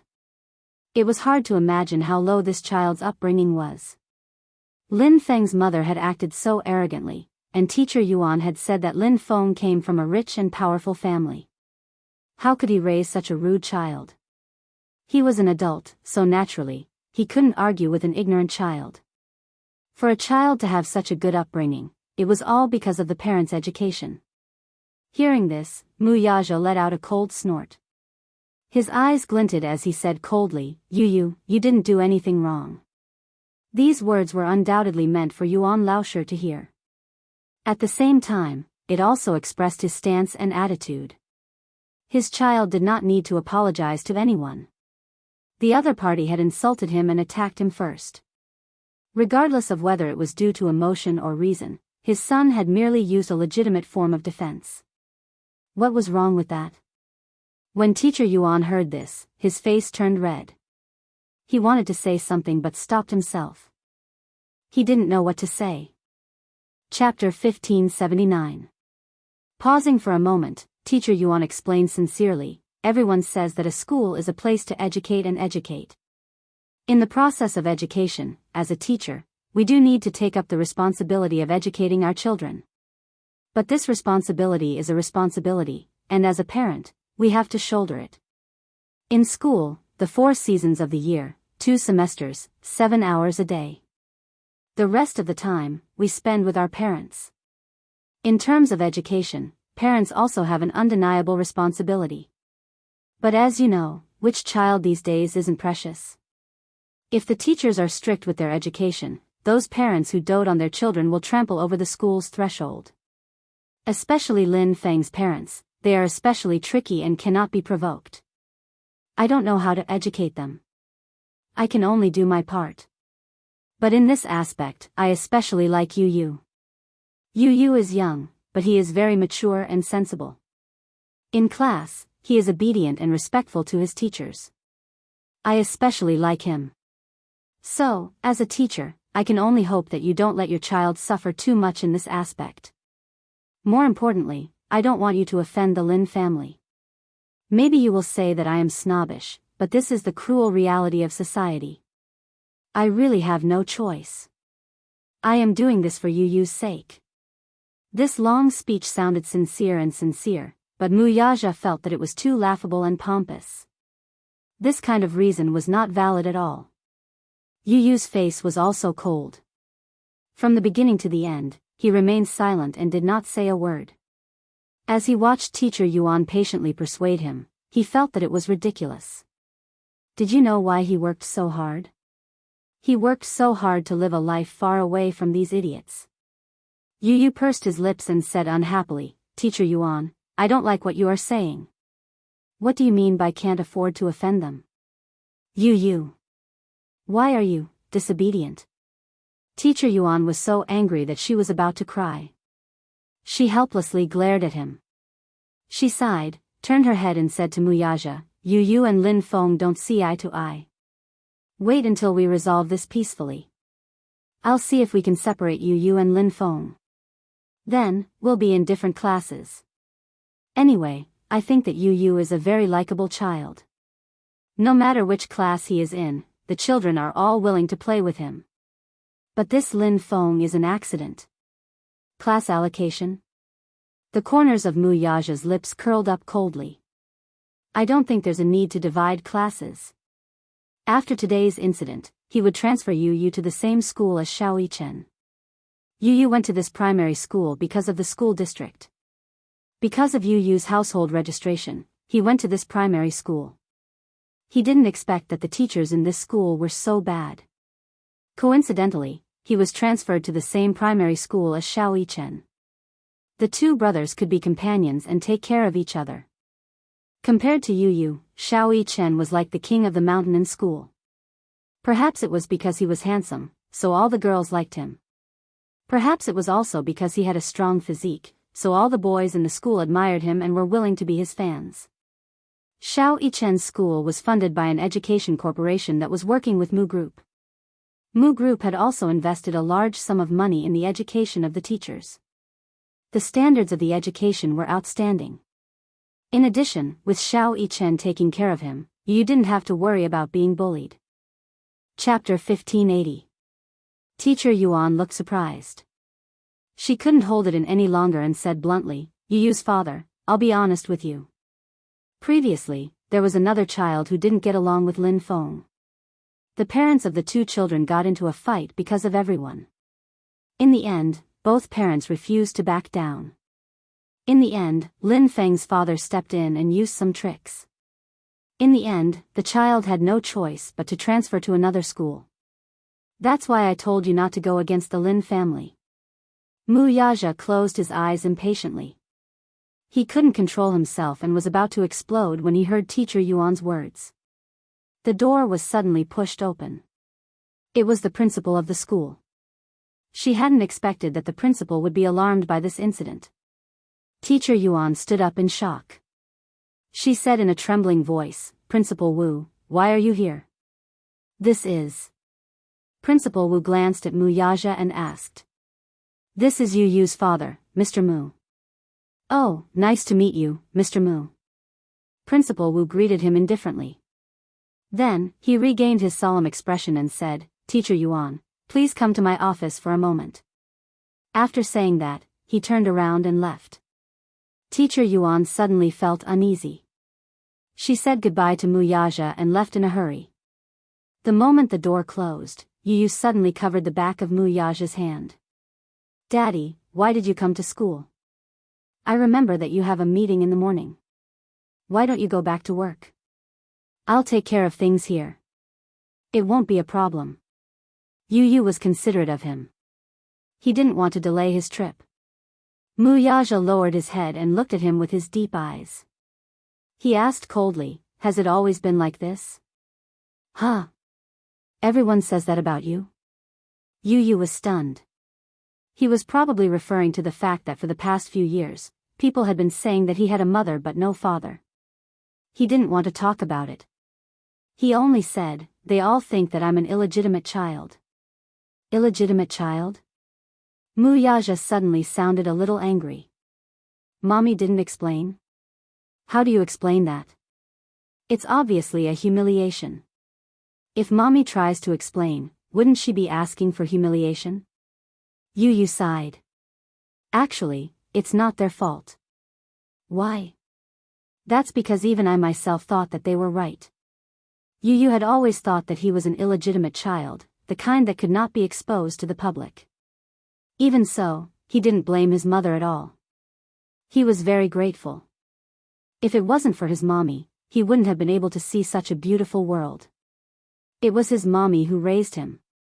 No matter how others slandered him or looked at him coldly, he did not care at all. The only one he cared about was his mommy. However, his tone could not hide his disappointment. Wuxia's heart was violently shaken. He immediately blurted out, "You're not." Wuxia gently caressed his little face. You're not an illegitimate child. You've never been one." He was anxious to let this little guy know that he was not an illegitimate child. He was not someone who could not be exposed to the public. Daddy really didn't know about your existence for the past 6 years. When Wuxia thought about how Yu had talked about those humiliating things in such a calm tone, he felt as if his heart had been pierced by a sharp sword. Yes, his heart ached. His heart ached for Xianxia. Chapter 1581. The guilt in his heart made him feel a little unbearable. He suddenly felt that he could never make up for the past 7 years of emptiness. Yu was only 7 years old. He should have had a beautiful and carefree childhood, but because of the lack of fatherly love, he had suffered so much. He didn't dare to imagine how painful it must be for a child to face such mockery and ridicule. Wuxia gently caressed Yu's rosy cheeks, his slender fingers brushing against his delicate skin. Then, he said in a low voice, "I'm sorry that Daddy has made you suffer for so many years. It's all Daddy's fault." Yu was stunned. He had never thought that Wuxia, who was usually not good with words, would say such warm words to him. In his heart, Wuxia had always been a cold and dignified figure. It seemed that he would never say such touching words. However, Yu was really touched by Wuxia's heartfelt words. He could tell that every word that Wuxia said was from the bottom of his heart. So much so that he forgot to react for a moment. He just stared at him in a daze, as if he couldn't believe it. The pain in Wuxia's eyes couldn't be faked. Yu saw it all. Daddy's heart was aching for him. This kind of feeling was really very warm. The position of the heart suddenly became warm and comfortable. He didn't know whether to be happy or worried. He was happy that Daddy cared for him. This feeling made him feel very warm. Very good. What made him worried was the dejected look on the man's face, which stung him a little. His heart ached. Wuxia didn't know what was going on in his little head. His handsome eyes curved slightly as he gently kissed his forehead. "Listen, in the future, with Daddy around, no one can bully you." Yu, on the other hand, smiled when he heard that. An unconcealable smile appeared on his adorable little face. Wuxia was stunned. "What are you smiling about?" Yu stopped smiling and raised his head to look at him. Pursing his lips, he opened up his heart to him, which was a rare sight to see. "Daddy, do you know? I'm so happy that you're here today." Wuxia was taken aback by her words. Yu leaned slightly into his embrace and lay on his chest. At an angle that Wuxia couldn't see, the tenderness in his eyes seemed to overflow. He took the initiative to throw himself into the man's arms, but the latter's body inadvertently stiffened a little. Yu actually hugged him. In the past. In his heart, he was actually a little excited. His son had hugged him. This was probably the highest reward Yu. After a moment's pause for a moment, his. This kind of hug was rare and precious. Daddy, do you know? I hope that you'll be the one to attend the parent-teacher conference, not Mommy. Okay, I promise you that I'll attend your parent-teacher conferences in the future. His promise was as solemn as a vow made at a wedding. His expression was solemn and respectful.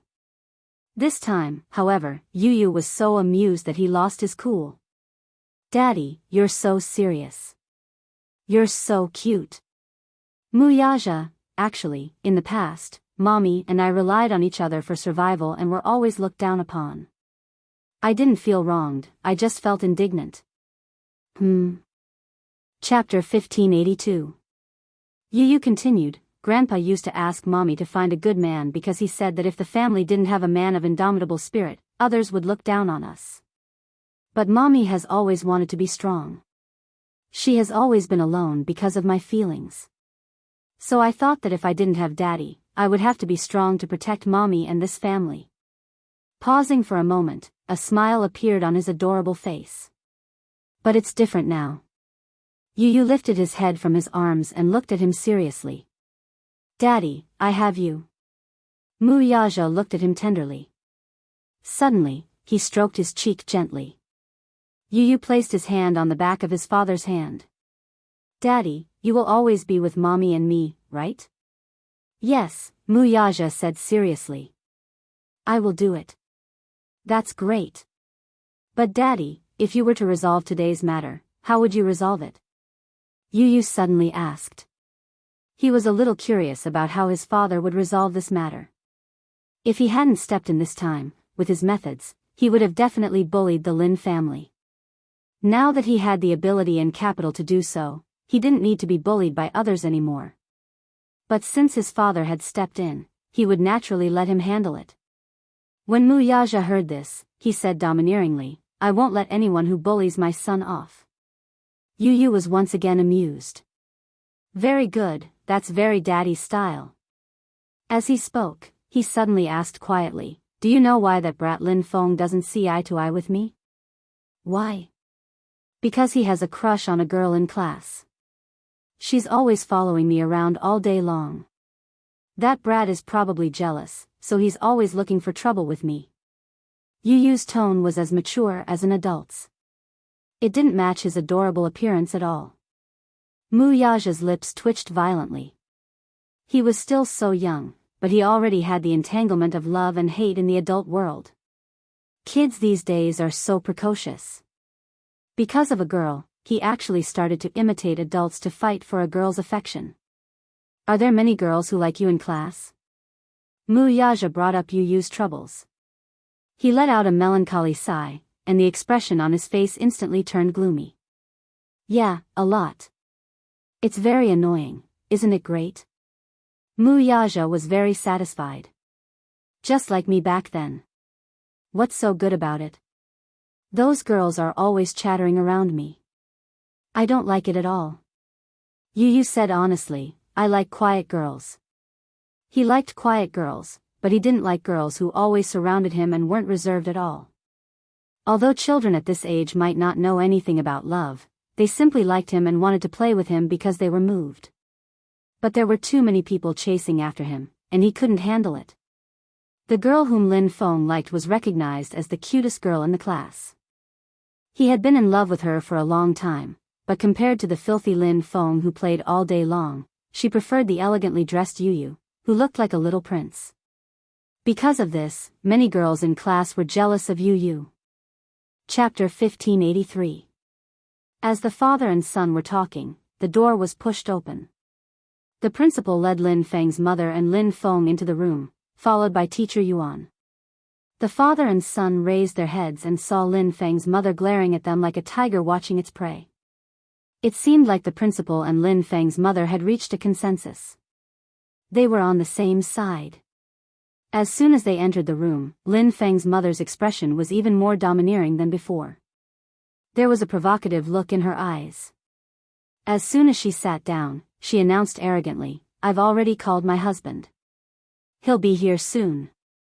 She looked as if she was waiting for her husband to come and do something to them. In other words, she was telling him to wait. Wuxia remained expressionless while Yu looked disgusted. This was a classic example of using power to oppress others. The principal exchanged a few pleasantries and comforted them. Then, he said to Wuxia, Mr. Wuxia, is it convenient for me to say a few words? He had talked to Lin Feng's mother before. Lin Feng's mother had said that they couldn't let this matter go. They had to give her an explanation. She had to regain her dignity. The principal agreed and promised that he would ask Yu's parents to give her child an explanation and apologize. Therefore, he wanted to take advantage of Lin Feng's mother's situation. He wanted to help Lin Feng's mother regain her dignity. Wuxia said coldly, it's not convenient. The principal was stunned. What do you mean? Wuxia said coldly, didn't you ask if it's convenient for me to say a few words? I said, it's not convenient. His arrogant reply left the principal dumbstruck. Naturally, he did not know Wuxia. He was just the principal of the school. With his status, he had never even seen Wuxia, let alone get close to him. When he saw that Wuxia was young, he thought that he was a youngster. Therefore, he wanted to use his status as an elder to oppress him. He did not expect to be humiliated at the beginning. The principal said, Mr. Mu, you're being unreasonable. Wuxia smiled coldly. Reason is for people to listen to. The principal and Lin Feng's mother didn't know what to say. When Yu heard this, he could not stop laughing. He finally understood who he had inherited his poisonous tongue from. It turned out that he had inherited it from his dear daddy. Who would have thought that his father's venomous tongue would be so frightening? Lin Feng's mother said impolitely, I advise you to keep your mouth clean. Don't make the situation too ugly when my husband comes and embarrass you. The moment she opened her mouth, it was a threat. Her bearing was overbearing. Her attitude was high and mighty. Yu laughed. He raised his head and snickered. Daddy, this auntie actually said that she's going to embarrass you. That's amazing. Although he was snickering, he did not hide the mockery on his face. His voice was not soft either. Therefore, everyone present could hear his mocking laughter loud and clear. Lin Feng's mother was completely enraged. After living for so long, she had actually been mocked by a 7-year-old child. She was flustered and exasperated as she shouted at Wuxia, Hey! Look at your son. Aren't you going to discipline him? Look at how young he is, what kind of nonsense is he spouting? Chapter 1584. I don't know how you educate your child. Not only is he like those delinquents in society, fighting and causing trouble, but he's also rude to his elders. He doesn't know how to be polite at all. It's the father's fault for not teaching him well. I really don't know how you teach your child. Her rude words made Teacher Yuan frown. However, she remained silent and did not interrupt. She did not want to get into trouble again. Yu suddenly snorted and asked, Auntie, have you studied before? What do you mean? Yu said coldly, I just want to ask, do you know what the idiom, frog in a well, means? Lin Feng's mother was furious. Yu smiled, look at your expression. You don't know what this idiom means, right? Sigh, you're so uncultured. She turned to Wuxia, why don't you teach him a lesson? Wuxia acted as if he did not hear her. He lowered his head and pinched Yu's cheek. Good son, don't tell the truth. Pfft, Yu was amused. However, he looked disgusted. Daddy, the teacher has always taught us that good children don't lie. He paused and continued, Auntie, it was your good son who started it. As the saying goes, don't do to others what you don't want done to you. You're accusing me of violence and fighting, but why don't you think about it? It was clearly your good son who started it. Even if it was school violence, it wasn't caused by me. The law calls it self-defense. Do you understand? I heard that Lin Feng's father is a judge. Since you're from a legal background, are you ignorant of the law? You keep saying that you want my daddy to give you an explanation. Before that, shouldn't you also give me an explanation? Why did you raise such a narrow-minded son who uses vulgar words all the time? You weren't there at the time. How can you judge the right and wrong based on your words alone? It's not up to you to decide whether I discipline him well or not, right? Before you say such things, you should look at your own status. Don't make a fool of yourself. You're really, really disgraceful. Lin Feng's mother was furious. She thought to herself, this father and son are really refusing a toast only to be forced to drink a forfeit. I've said all the good things I want to say. Don't refuse a toast only to be forced to drink a forfeit. The son is so arrogant, and the father is also so arrogant. Aren't you afraid of suffering in this society? As she scolded the man, she nagged like a shrew on the streets. I'll give you one more chance. Are you apologizing or not? Haha. But there's no use your apology now. I want you to bring the child to my house and apologize in person. Otherwise, I won't acknowledge this debt. Oh. Wuxia sneered, his lips curling into a cold, impatient smile. Madam Lin, are you threatening me? Chapter 1585. She was starting to get excited. Therefore, some unpleasant words came out of her mouth. As the saying goes, nothing can be accomplished without rules. Mr. Mu, you should have heard of this saying before. If you do something wrong, as a parent, shouldn't you apologize? Let's put aside the fact that your son injured my baby. Shouldn't you teach your son a lesson for saying such outrageous things? Auntie, you should know that when a child does something wrong, he should be taught a lesson. Why don't you teach your child well? As for me, you don't have to worry about me. Lin Feng's mother was trembling with anger after hearing you use words. She suddenly stood up and walked out of the door. She picked up her phone and made a call. As they were separated by a door, no one knew who she was calling. However, they could vaguely hear her angry voice. Where are you? Husband, come here quickly. Let's teach this father and son who don't know the immensity of heaven and earth a lesson. Wuxia's hearing was amazing, so he caught her words. His lips curled up coldly, but it was a smile. When Lin Feng's mother returned to the office, she was even more arrogant than before. She looked as if she was looking down on everyone.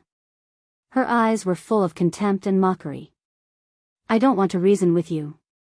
My husband will be here soon. If you have anything to say it to him directly. Hee hee.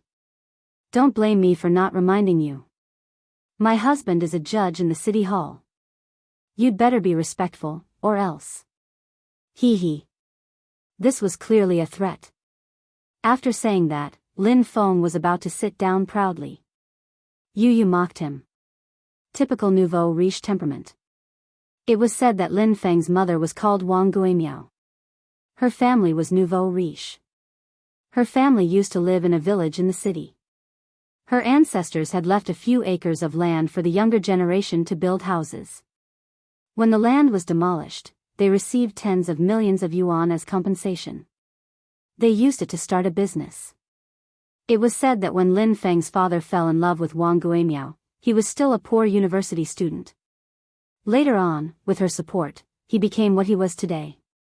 The Lin family would bring honor to their ancestors. Yu had already figured out the Lin family's background. Now, it seemed that she was a typical nouveau riche. When Wang Guimiao heard this, she almost couldn't sit still. Just as she was about to flare up, she forcefully held it in. Humph. Little vile spawn. She would see how her husband would deal with them when he arrived. She couldn't wait to see Yu's father bow down in front of her husband. When he looked at Wuxia again, he saw that Wuxia had an indifferent look on his face. He was sitting elegantly on the chair and exuded a noble aura, just like a noble. Wang Guimiao glanced at him, but in her heart, she sneered. This man, he is quite good at pretending. Let's see if he can continue pretending when her husband is here. Soon, footsteps could be heard outside the door. A middle-aged man in a coat knocked on the door and walked in. The man was Lin Feng's father, Lin Onghua. Chapter 1586. One was standing, while the other was sitting. Even though he had the advantage of height, Lin Onghua could still feel an unusual sense of oppression from him. Noble, elegant, unruly, and insufferably arrogant. Even though he was just sitting there, expressionless and cold, when the man casually raised his eyes and shot his gaze over, there was a kind of imposing aura that pressured him without being angry. Lin Onghua actually felt an invisible pressure from the young and shockingly handsome man's eyes. He secretly avoided Muyaja's scrutiny and turned his gaze to the side, but there was some anger between his eyebrows. This man's gaze was too intimidating. However, he was a little suspicious. This man looked very familiar, as if he had seen him somewhere before. However, his impression of him was not too deep. This time, he had taken some time off from his busy case, so his mind was still a little muddled. Seeing that it was him, the principal immediately stood up. His expression changed. His face was flushed, but his eyes were full of flattery and pandering. Even though it was restrained, it still gave people an indescribable feeling of discomfort. "Aya, Judge Lin. You're here." There was no trace of the bureaucratic tone that he had in front of Muyaja. One level higher than the other, one level higher than the other. This was very true. However, Lin Onghua said, Principal, don't call me that. Now that I'm not in the court, you can't call me that." The principal smiled and nodded, but the flattery in his eyes did not decrease at all. He was still cheerfully welcoming Lin Onghua and waiting for him to sit down. When Wang Guimiao saw him, she immediately went up to him. "Hubby." There was a hint of rebuke and coquettishness in her voice, which caught Yu off guard and caused goosebumps to appear all over his body. What a terrifying voice. Damn it. However, Lin Onghua's face still maintained a trace of restraint. After all, he was the chief judge of the Hall of Political Affairs. He was born with a proud background and had been doing things in the court for many years. As a result, his style of speech was full of strong bureaucratic tone. He was rigid and dignified. He cleared his throat and said in a deep voice, "What is it? Your son is being bullied by other children in school." Wang Guimiao complained. "Lin Feng, come here," said Lin Onghua. Lin Feng obediently walked over. "What happened? Dad?" Lin Feng lowered his head. As soon as he said that, tears started rolling down his cheeks. "You're a man, don't cry." Lin Onghua pretended to reprimand him, then asked with concern, "Tell me, what's the matter?" He hit me." "Yun Tian, you hit me." Lin Feng pointed at Yu as his aggrieved tears rolled down his cheeks even more violently. When Lin Onghua heard this, he immediately pulled him in front of him and carefully examined him. He originally thought that it was only his head that was disfigured, but he did not expect that his body was full of scars. It was beyond his expectations. When Lin Onghua saw the bruises on Lin Feng's body, he was furious. He raised his head and looked at Muyaja. "Are you Yuntianyo's father?" Muyaja, however, nodded nonchalantly.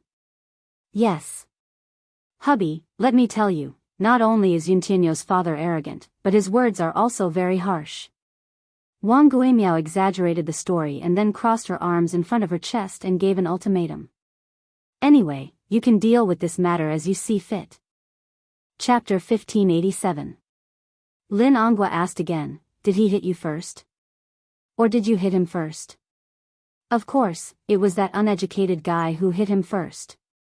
Our Feng Feng has always been a good boy. He never causes trouble." In the end, our Feng Feng was framed and accused of being the one who attacked first. How is that possible? Feng Feng has always been protective of his classmates. Lin Onghua nodded. "I understand." Wang Guimiao was secretly pleased. Her husband was amazing. He had just arrived, and the situation was completely under his control. Look at how Yu's father was so scared that he didn't say a word. He must have been scared out of his wits. Seeing that the situation had changed, she immediately put pressure on the principal. "Principal, you have to deal with this matter fairly. Yu's father, you have to give us an explanation today. First, you have to apologize to our child. Then, you have to take our child to the hospital for a full body checkup and apologize. This is a must. Then, you have to pay for the medical fees, nutrition fees, and compensation for our Fengfeng's psychological damage. You have to be clear about all these. If you have a proper attitude, we won't pursue this matter further. Lin Onguo walked to Mu Yaja and sneered. Sir, tell me your name first. Mu Yaja looked up and said slowly, Mu Yaja. His voice was clear and cold. He had the elegance of a noble. However, the moment his voice fell, Lin Onguo was fiercely stunned. Mu Yaja? This name was too familiar. These 3 words were like a towering mountain. They resounded like thunder in his ears. How could he not have heard of it before? Could it be the same name? It couldn't be the real Mu Corporation, right? Lin Onguo wanted to get lucky and said, your name is so familiar. It's exactly the same as the name of the crown prince of the Mu family. Haha. Mu Yaja sneered. There's no one else with this name in the capital. Lin Onguo was stunned again. There was a hint of panic on his face. He stared at him blankly without blinking. He didn't dare to make any wild guesses. After a long while, he spoke in a provocative manner, but changed the way he addressed him. You are, what? Lin Onguo looked a little uneasy. Are you the Chairman Mu of the Mu Corporation? Mu Yaja was a little impatient. You asked for my name, and I'll tell you. If you have anything to say, just say it. Don't waste my time. My time is more precious than yours. As soon as he finished speaking, Lin Onguo's eyes widened and he staggered back a step. His eyebrows collapsed helplessly. This man's attitude was very clear. It looked like this time, his blind wife had offended a big shot that she shouldn't have offended. The person in front of him was probably the mysterious and noble crown prince of the Mu Corporation. At first, Lin Onguo had noticed him when he first entered the door. He only felt that this man had an arrogant aura, and he had the noble aura of a high-ranking official, as if he was a member of a powerful family. However, at this moment, he did not realize where he had seen this handsome face before. Chapter 1588. The Mu family's existence in the capital was enough to shake the entire financial market. As the #1 aristocratic family in the capital, the Mu family's inexhaustible wealth aside, the Mu family's inextricable connections between the black and white was enough to make him weak in the knees. He could offend anyone, but the Mu's offending them was akin to cutting off his own path of retreat. Lin Onguo wanted to cry but had no tears. He stood in front of Mu Yaja with a proper posture, but his face was no longer as haughty as before. Instead, his expression was filled with complicated conjecture. Faced with this suffocating atmosphere, for a moment, he did not know how to resolve it, even though he had been in the bureaucracy for a long time. When Wang Guimiao saw this strange scene, she was stunned. Then, she walked forward with her arms crossed. She didn't know what had happened, but when she saw Lin Onguo's dazed appearance, she felt strange. Hubby, what's wrong with you? She was even more confused when she saw his pale face. She could not help but push him. What's wrong? Yu chuckled. He's scared silly. Wang Guimiao was infuriated when she heard that. Things were different now. With Lin Onguo around, she was confident that she had someone to rely on. Hence, she spoke without thinking. Little b *st *rd, shut up. You don't have the right to speak here. Hearing this, Mu Yaja's eyes shot up and swept over him with a sharp gaze. Lin Onguo watched with trepidation. Wang Guimiao's words scared him so much that he almost suffocated. How could he have expected that his wife would be so ignorant as to not know how to size up the situation? She opened her mouth and spoke rudely. He immediately became furious and scolded, "Shut up. Don't be unreasonable." It was important to know one's place, but his wife did not know it at all. Thinking that he was teaching Yun Tianyu a lesson for her, she echoed, "That's right. Shut up." Yu suddenly felt like laughing as he looked at his wife as if she were a pitiful worm. Behind him, Mu Yaja's face turned uglier. Lin Onghua gritted his teeth, turned his head abruptly, and gave his wife a tight slap. Smack. I told you to shut up. With that, he turned to face Mu Yaja with cold sweat dripping down his face. Chairman Mu, I'm sorry. My wife has been presumptuous in front of you and said something she shouldn't have. A great man won't hold a grudge against a petty person, so please don't take it to heart. Just treat it as if she's spouting nonsense. His tone was full of flattery. Lin Onghua looked at him in cold sweat. Observing his expression, he felt that being in the king's company of a tiger. Everyone, especially Teacher Yuan, was stunned into silence by the sudden turn of events. She thought that, with Lin Onghua's arrival, the boy's father would understand her words and begin to lower his head, apologize to the other party appropriately. As the chief judge of the Hall of Politics and Law, Lin Onghua had several titles above his head. His status was lofty, and he had an unquestionable majesty. What about now, though? Why was Lin Onghua the first to bow down to Mu Yaja? The principal was even more bewildered. He had no idea what was going on. Wang Guimiao felt the most aggrieved. Chapter 1589. Most importantly, even until now, she still didn't understand how this mysterious slap came about. Why did he slap her? Did she say anything wrong?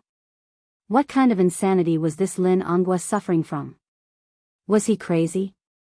Him? Why did he slap her for no reason? Wang Guimiao turned around angrily and pulled Lin Onghua's arm. With a red face, she roared with grievance and hysteria, Lin Onghua, have you lost your mind? Lin Onghua looked at her and sighed helplessly. He rolled his eyes at the ceiling and held his forehead.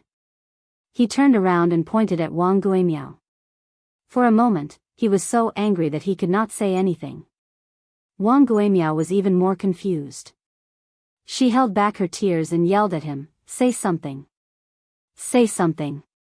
Why did you slap me for no reason? What's wrong with you? Stop talking. Be quiet, and sit back down obediently. Don't say anything, do you understand? She was like a clown. Not only did she make a fool of herself, but Lin Onghua was also afraid that she would continue to blabber and offend the Mu group. Then, her whole family would have no way out. It was not easy for him to get to where he was today. He did not want his bright future to be ruined because of such a small matter. His worry was not unfounded. There were people from the Mu family in the city hall. Although Lin Onghua was a judge and had a good reputation, this man's words could make all his hard work go down the drain. However, he really did not know what to do now that the situation had developed to this stage.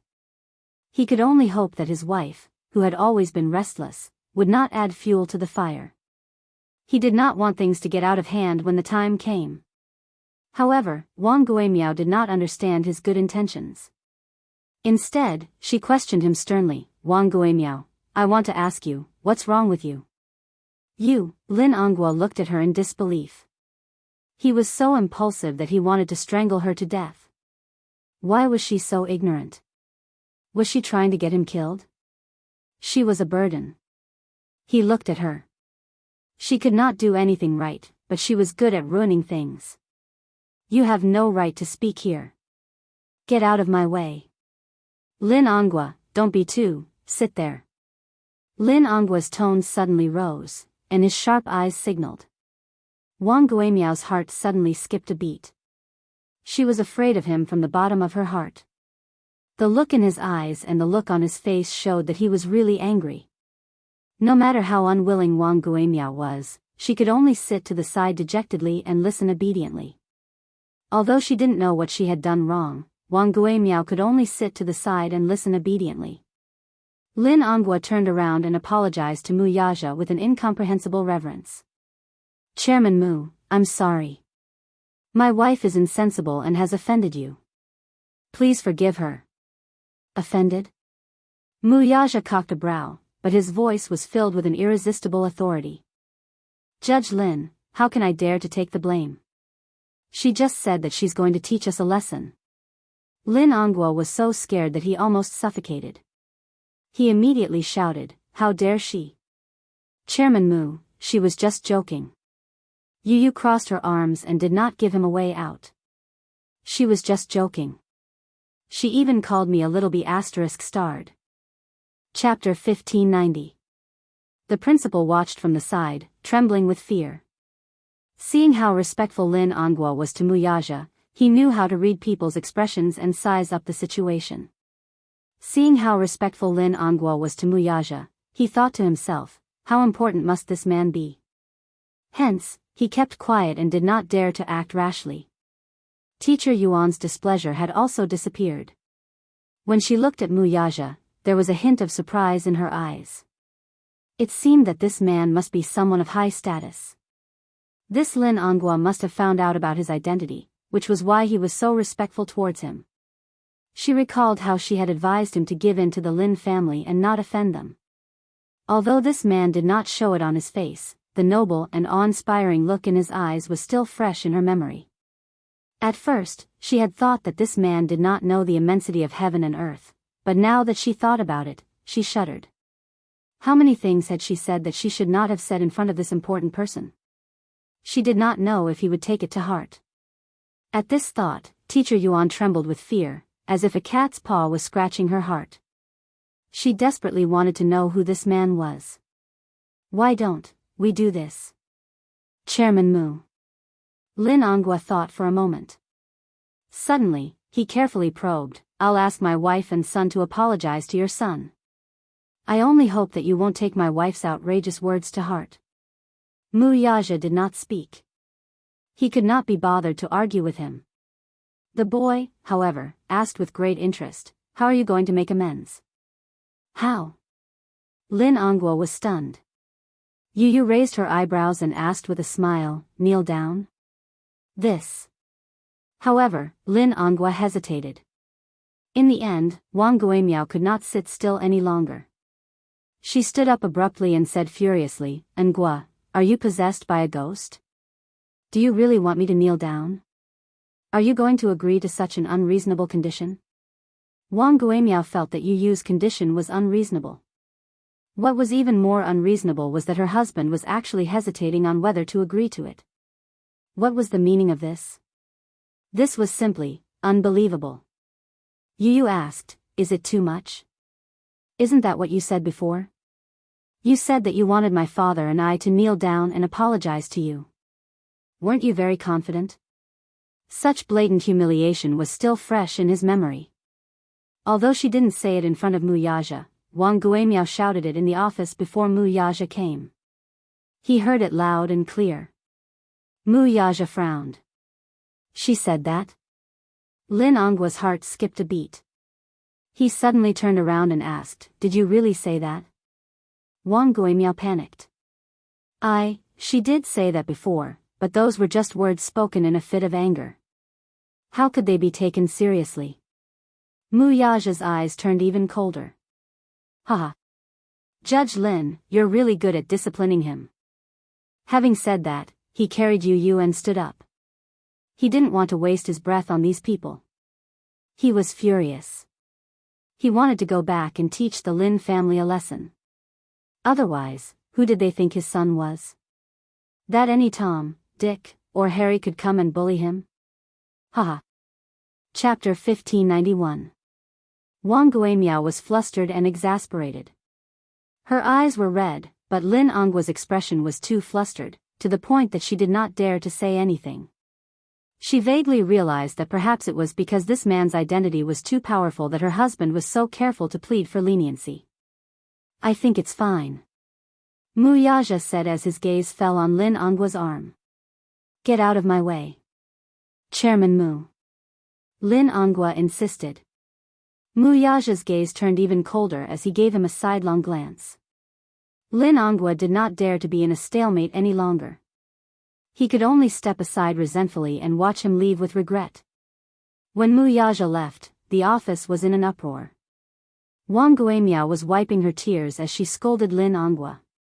Lin Anguo was upset. When he heard Wang Guimiao's nagging, he became even more irritated and scolded, shut up. Haven't you embarrassed yourself enough? Haven't you caused enough trouble? Wang Guimiao, you'll only be satisfied when you see me die, right? Wang Guimiao widened her eyes in shock. What do you mean by that? Lin Onguo was so angry that he could not speak. She went up to him, crying as she questioned, what's going on? Who is he? Why are you giving in to him and being so respectful to him? To the extent that you want me to kneel down and apologize? Explain yourself.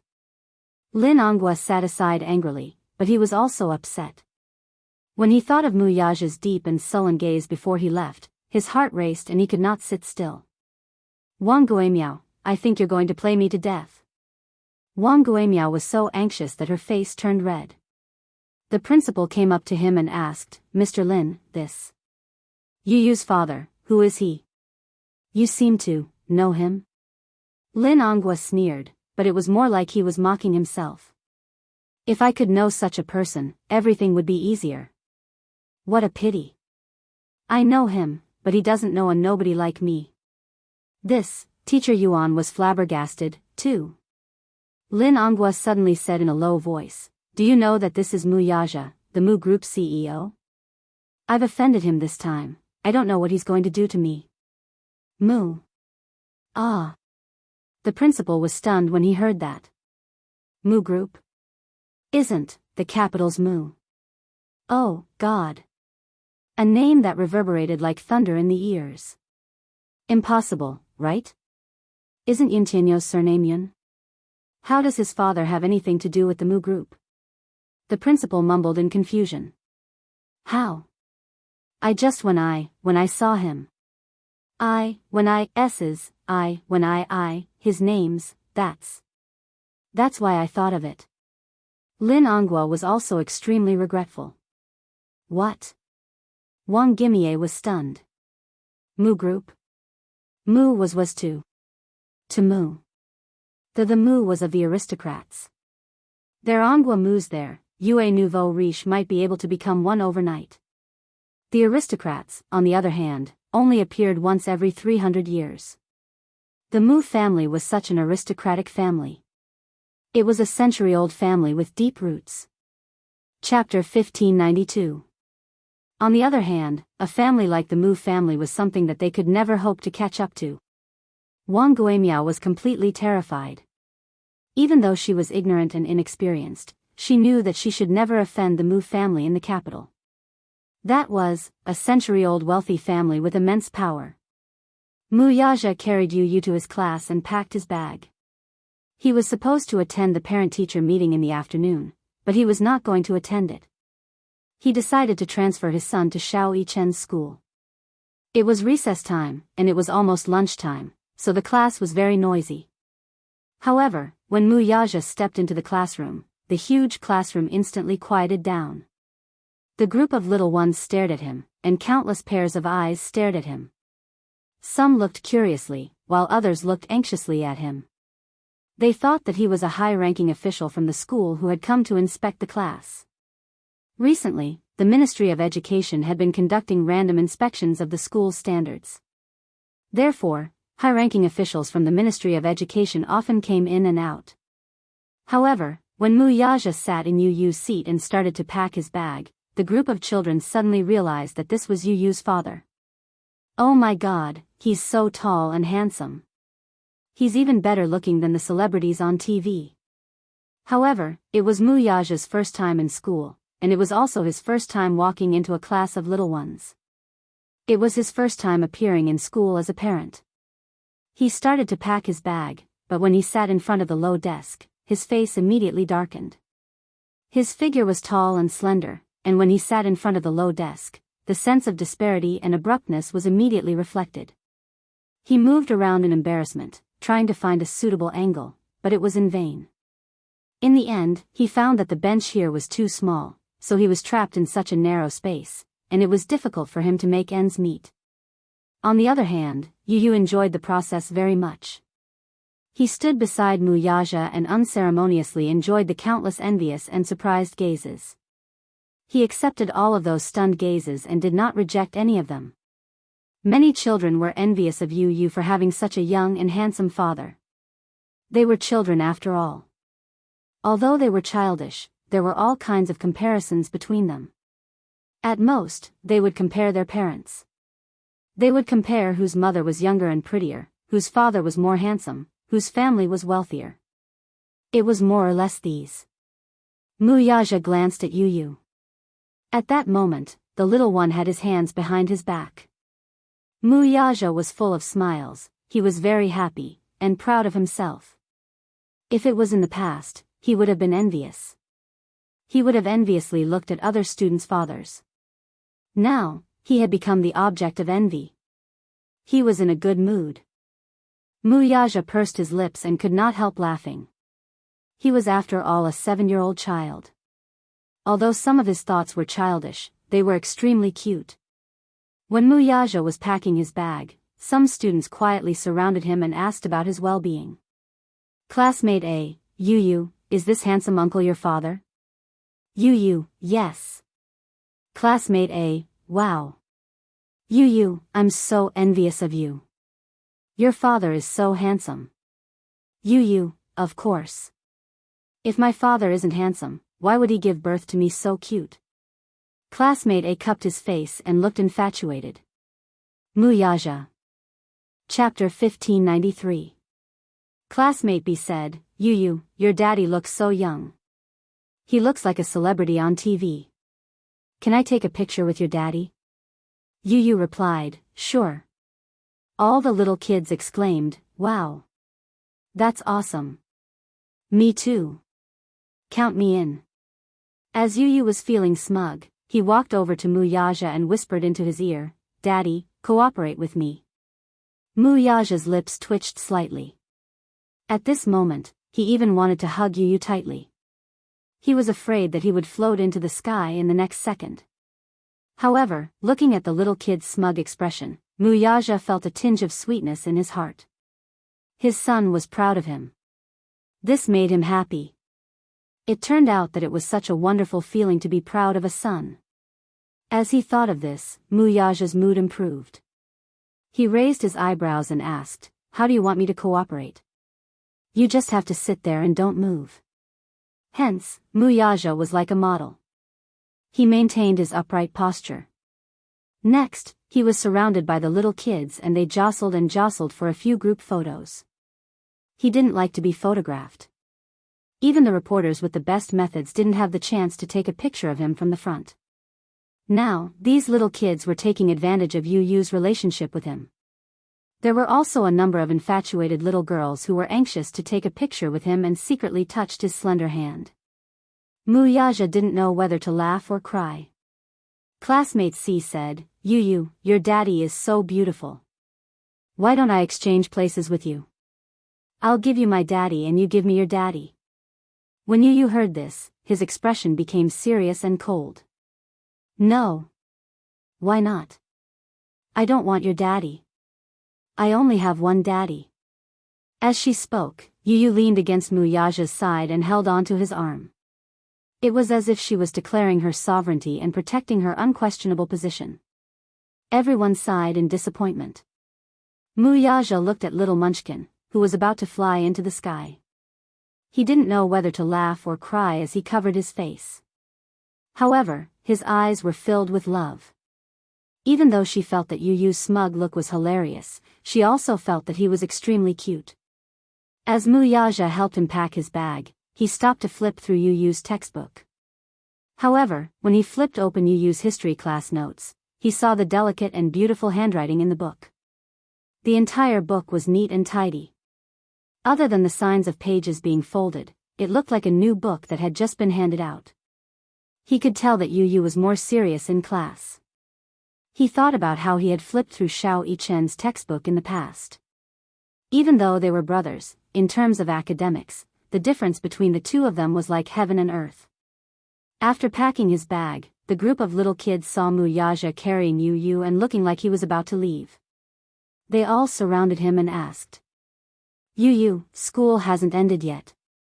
Are you leaving already? Yu, where are you going? Yu said, I have something to do. I have to go home. You guys focus in class. He only said that perfunctorily and didn't tell them that he was going to transfer schools. Firstly, it was because he had a headache dealing with these little kids. If they knew that he was going to transfer schools, they would definitely pester him non-stop and not let him go. One couldn't underestimate his charm. Chapter 1594. It had only been a month since school started, but the children in his class liked him very much. If they knew that he was going to transfer schools, they would definitely cry their hearts out. It was easy for children to become emotionally dependent. All right. Everyone was reluctant to see him leave. Goodbye, Yu. Goodbye, Yu, Daddy.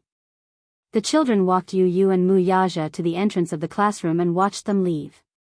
Wuxia carried Yu. When he turned around and saw the scene of them sending him off, he could not help but smack his son's butt. Son, you're really popular in class. Yu snickered. Daddy is very popular too. The little guys in the class all like you very much. Little guys? Wuxia was amused by his son's adjective. Baby, you're the same age as them. You call them little guys as if you're an old man. When Yu heard this, he suddenly hugged his son's neck and kissed him on the cheek. Daddy, it's great that you're here today. Wuxia was stunned. Then he smiled and asked, what do you mean? I'm very happy today. Because your appearance proves that I'm just like them. I have a daddy who loves and dotes on me. Yu's little bit of self-esteem was greatly satisfied. Actually, his self-esteem was different from the children's. In the past, he really envied those children. They had a daddy, a mommy, and a happy family of 3. Today, his daddy was like a god who had descended from the sky and appeared by his side. Yu gently rested his head on his shoulder. His pink lips curved slightly as he snickered. To be honest, I've been dreaming of this day for as long as I can remember.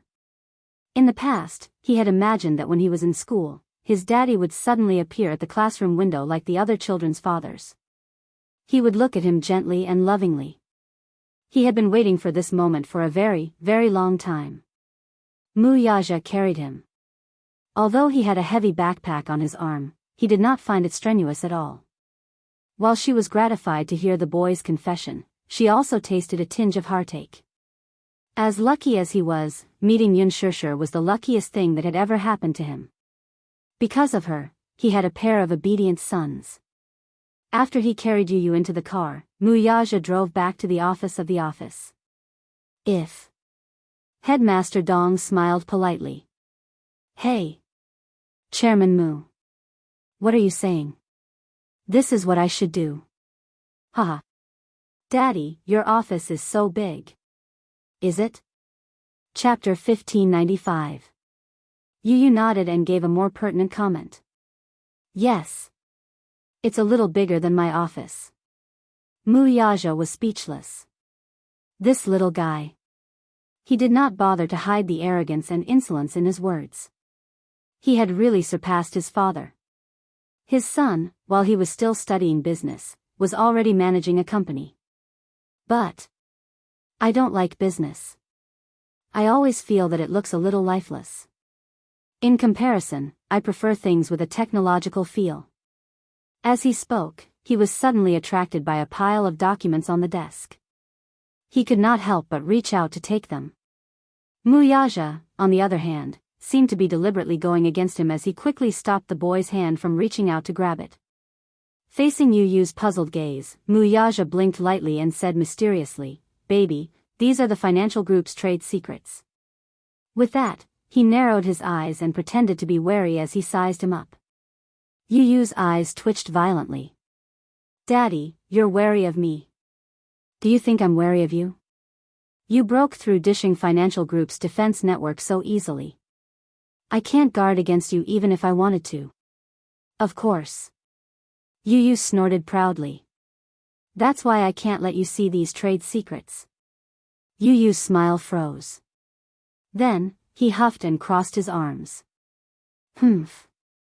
Daddy, you're so petty. I'm just taking a look. I won't do anything. Can you understand them? Of course. Perhaps, I can give you some original suggestions. That good? Mu Yaja teased him. Of course. Then you, show me how to read these documents. Yu made an okay gesture and took the documents. He sat on the desk, placed the documents on his lap, and flipped through them page by page. He was small, and Mu Yaja's desk was wide, long, and huge. Hence, when he sat cross-legged on the desk, he looked even smaller and skinnier. His chin gradually became sharper. In the past, it was still a little pink, but now it had a handsome face. Mu Yaja gazed at his side profile. Yu quietly lowered his head and flipped through the documents. Perhaps it was because of the high temperature in the office, he loosened his tie casually. His casual action was gentlemanly and charming. When he grew up, the number of fans that would follow him would probably line up from Beijing to Paris. While Yu was reading the documents for him, he thought for a while and called Lu Jinyu.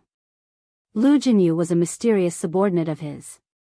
According to seniority, the man addressed him as Big Boss while Mu Yaja addressed him as Fourth Boss. Lu Jinyu looked like a gentle and refined man, but he was the most cunning one among his subordinates. The call went through quickly.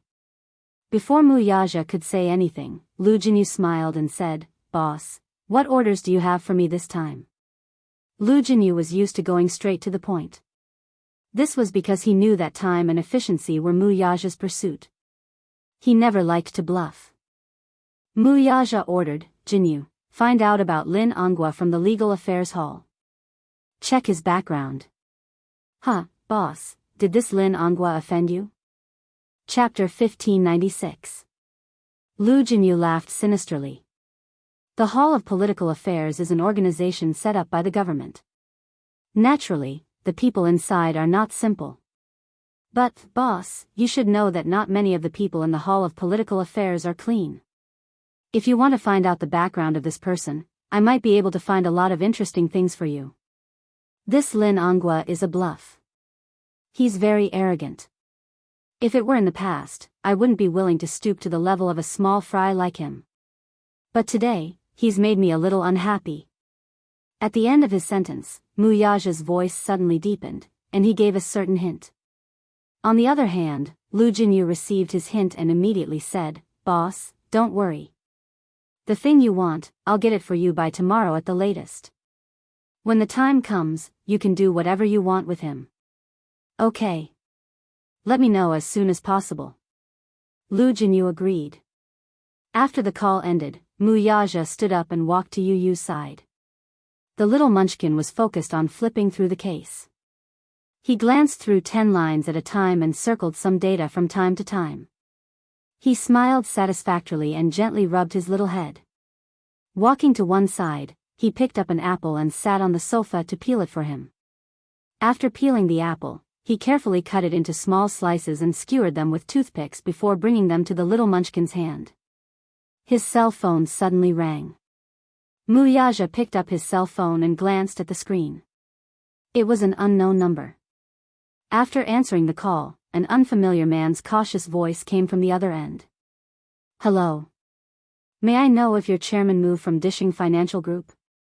Mu Yaja smiled slightly. Although the other party did not state his identity, he immediately guessed who this person was.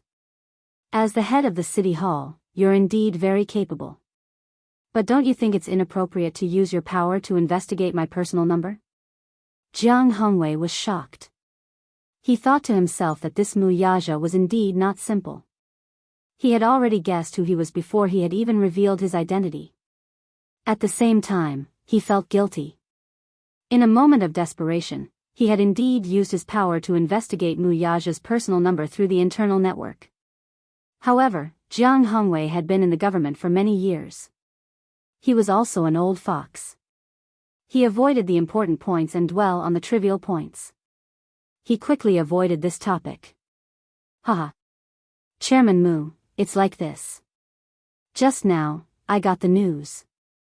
I heard that your men are collecting information about Lin Ongua. I'd like to ask, what's going on? Did he offend you?" Jianghu was over 50 years old. To be able to sit in such a position as the city hall director, he was definitely not an ordinary person. Even if there was a slight disturbance, he would be extremely alert. As soon as he gave the order and Lu Jinyu did something, the news reached Jiang Hongwei's ears. People like them had always been very sensitive to this kind of thing. They had called in a hurry just to sound out the situation. Mu Yaja couldn't be bothered to pay attention to him. He lazily asked, "What do you think?" His words had a deep meaning, but it made Jiang Hongwei even more worried. "Chairman Mu, tell me, how did Lin Anghua offend you?" "Offend you?" Mu Yaja laughed mockingly. "I'm afraid it's not appropriate for you to ask me this question." Chapter 1597. Mu Yaja said slowly, "The people in the city hall are all so capable. Director Jiang, if you don't control your subordinates, you won't be able to protect yourself if something fishy happens to them." These words made Jiang Hongwei extremely anxious. For someone as experienced as him, he could naturally sense that something was amiss with just a few words. It seemed that Lin Anghua had offended the person he shouldn't have offended the most. However, he had already expected this to happen. His phone call was just to sound out Lin Anghua. Naturally, he didn't care about Lin Anghua. Still, after working together for so many years, some interests were intertwined. Jiang Hongwei was worried that Lin Anghua would be foolish enough to provoke Mu Yaja into a fit of rage. If that were to happen, the whole city hall would be wiped out in one fell swoop. It wasn't easy for him to climb to his current position. He had worked hard for more than 20 years and settled down in the political arena where there was a knife hidden behind a smile for many years to achieve the glory he had today. He couldn't just let someone drag him down and take him down from his position. For people like them, benefits were intertwined. Hence, when necessary, he had to cast aside all his relationships to prevent himself from falling into the water.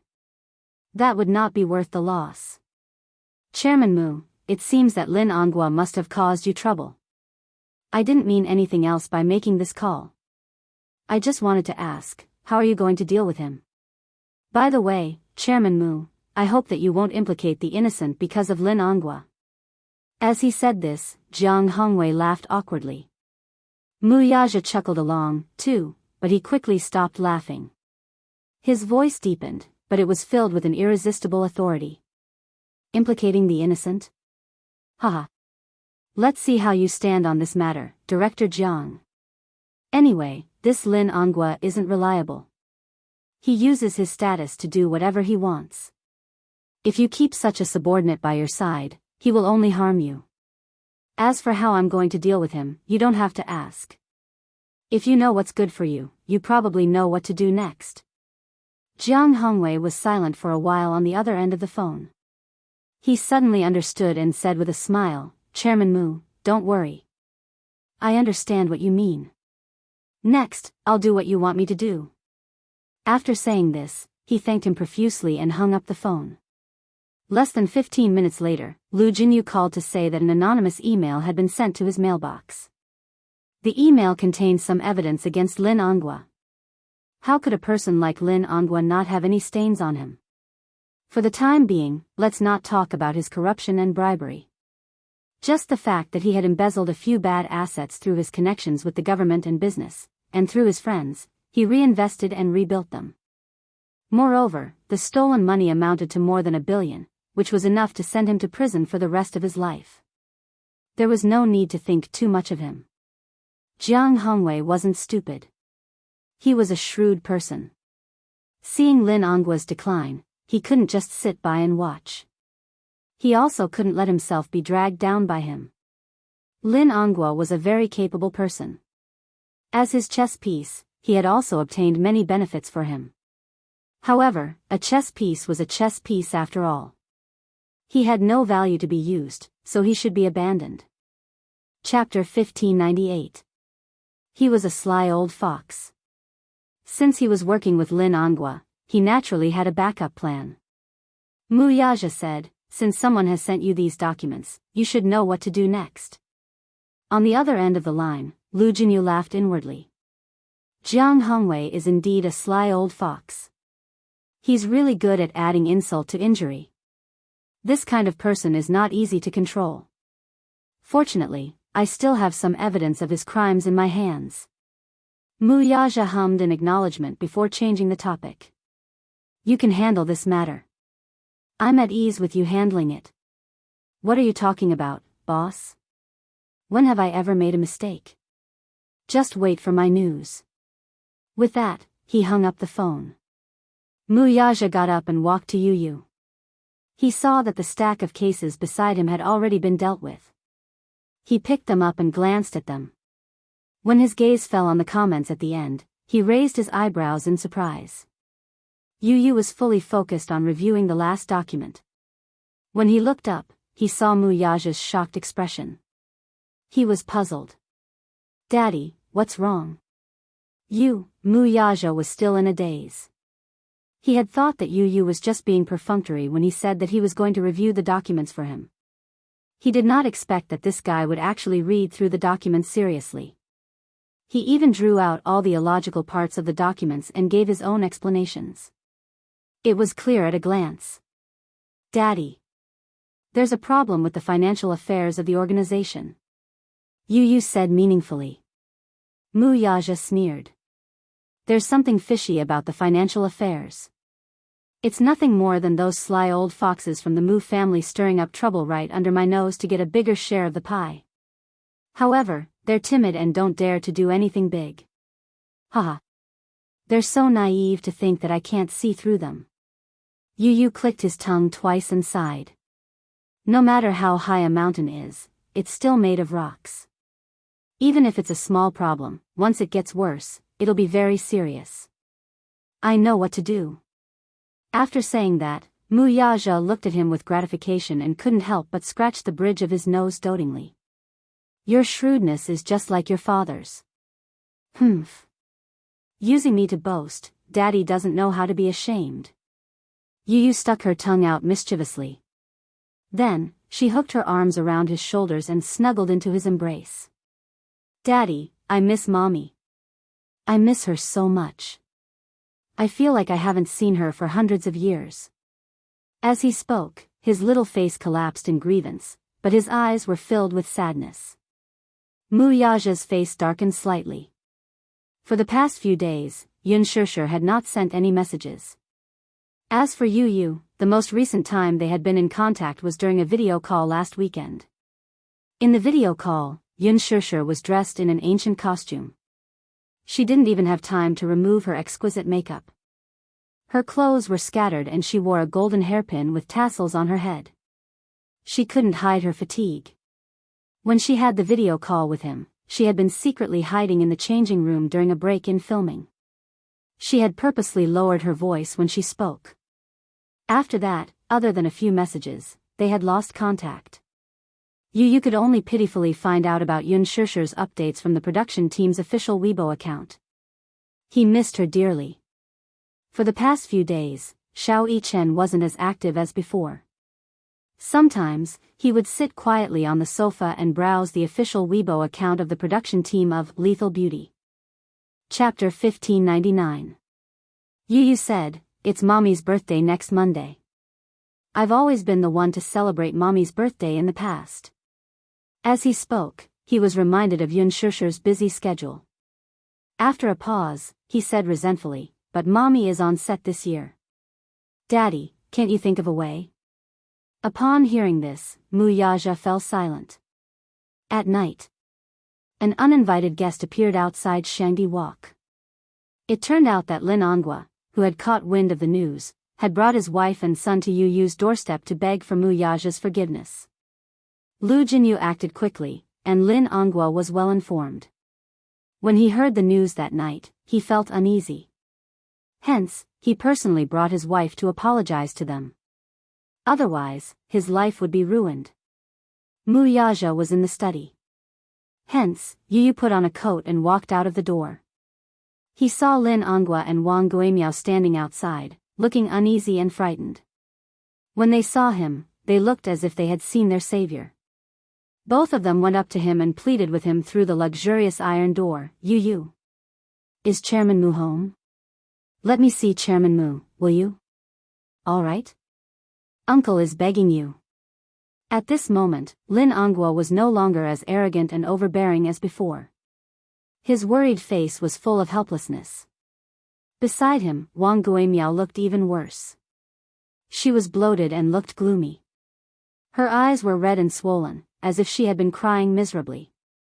At this moment, she was no longer wearing the exquisite makeup she had been wearing in the afternoon. Her face was gloomy and gloomy. After leaving school today, Lin Onghua had given Wang Guimiao and Lin Feng a good scolding, but he still could not vent his anger. Wang Guimiao felt wronged and indignant. However, she was stubborn, so she retorted stubbornly. In a fit of anger, Lin Onghua looked at her sternly and slapped her in front of everyone in the office. Wang Guimiao and Lin Feng were stupefied. After being married for so many years, the couple had always been very harmonious. The reason why Lin Onghua could be where he was today was because of the support of the Wang family. Therefore, even if there were many things about Wang Guimiao that made him unhappy, he still tolerated them. Today was the first time he had hit her. Wang Guimiao couldn't believe it. Filled with anger and grievance, she burst into tears in front of so many people. However, Lin Onghua didn't comfort her like before. Looking at her, he felt even more embarrassed. He had long lost his patience with her. Wang Guimiao did not study much. Not only was she uncultured, but she also had a low EQ, which caused him a lot of trouble. He had repeatedly warned her that there would always be someone better than her. When she was outside, she should not be too arrogant and domineering. Instead, she should keep a low profile. Given his position, he had to be careful in everything he did. The slightest carelessness could lead to a bottomless abyss. There was nothing wrong with keeping a low profile. How many people had died because of their high-profile style? However, Wang Guimiao did not understand this logic. Today, she had caused a huge disaster for him. Thus, even when she cried, he couldn't be bothered to comfort her. He was still worried about it. His heart was in a mess. He didn't know what to do at the moment. Wang Guimiao was crying beside him, which made him even more upset. The couple had a big fight because of this. Chapter 1600. In his anger, Lin Onghua yelled at her, "Wang Guimiao, oh Wang Guimiao. Do you know who you've offended today? Do you know? The person I've offended today can kill me with just one finger. Perhaps with just one word from him, my great future will be ruined." She shouted disapprovingly, "What are you afraid of? Don't you still have my family? Why are you so agitated?" She was so self-righteous that it was impossible to reason with her. Lin Onghua was so angry that he laughed. His face was ferocious, and he had never lost control like this before. "Haha. Wang Guimiao, I told you that you're a frog in a well, but you don't believe me. How powerful do you think your Wang family is? It's just tens of millions in assets. In other people's eyes, the Wang family is just a nouveau riche. Do you understand nouveau riche? Do you think you have the ability to go against the Mu family? It can't be that serious, right? What do you mean it can't be that serious? Don't you know how much the Mu group has? Hundreds of billions in assets. What kind of concept is that? There are many interests behind them. Even if they don't cover the sky with one hand, they're still a first-class family in the capital. Do you know what it means to offend the Mu family? They have connections in both the underworld and the government. With their background, who cares who you are? It's just a matter of opening and closing their mouths. I think you're muddle-headed. You still haven't recognized this point. I'll F***king. Lin Onghua was so angry that he gritted his teeth. He pointed at her and said word by word, "My F***king brilliant life will be ruined by your hands sooner or later." No. He paused and said sternly, "The Lin family and the Wang family will both be ruined by your hands." These words were said in anger to scare her. However, he didn't expect that his words would come true.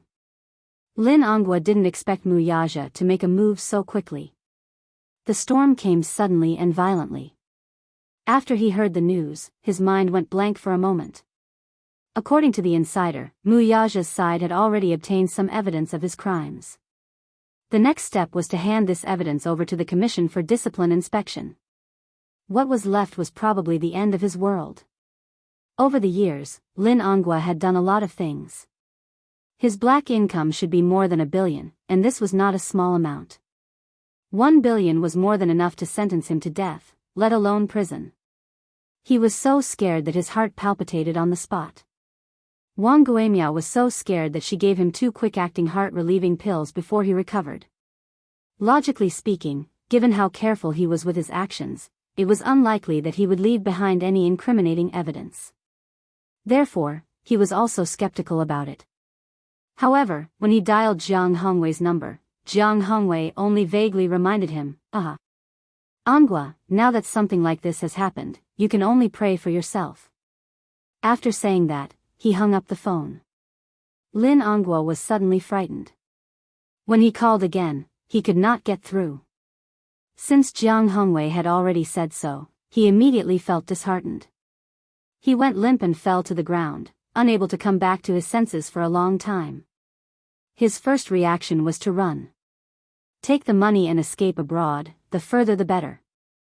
However, when he thought about it carefully, even if he wanted to escape, where could he escape to? Mu Yaja must have had a backup plan.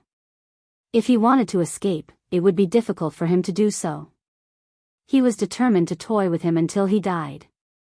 This man was rumored to be ruthless, but he had seen it with his own eyes. He was indeed ruthless.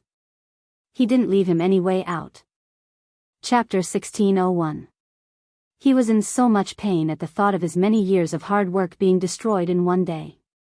He made a lot of phone calls, but he realized that he had accumulated so many connections overnight, but now, none of them had heard of him.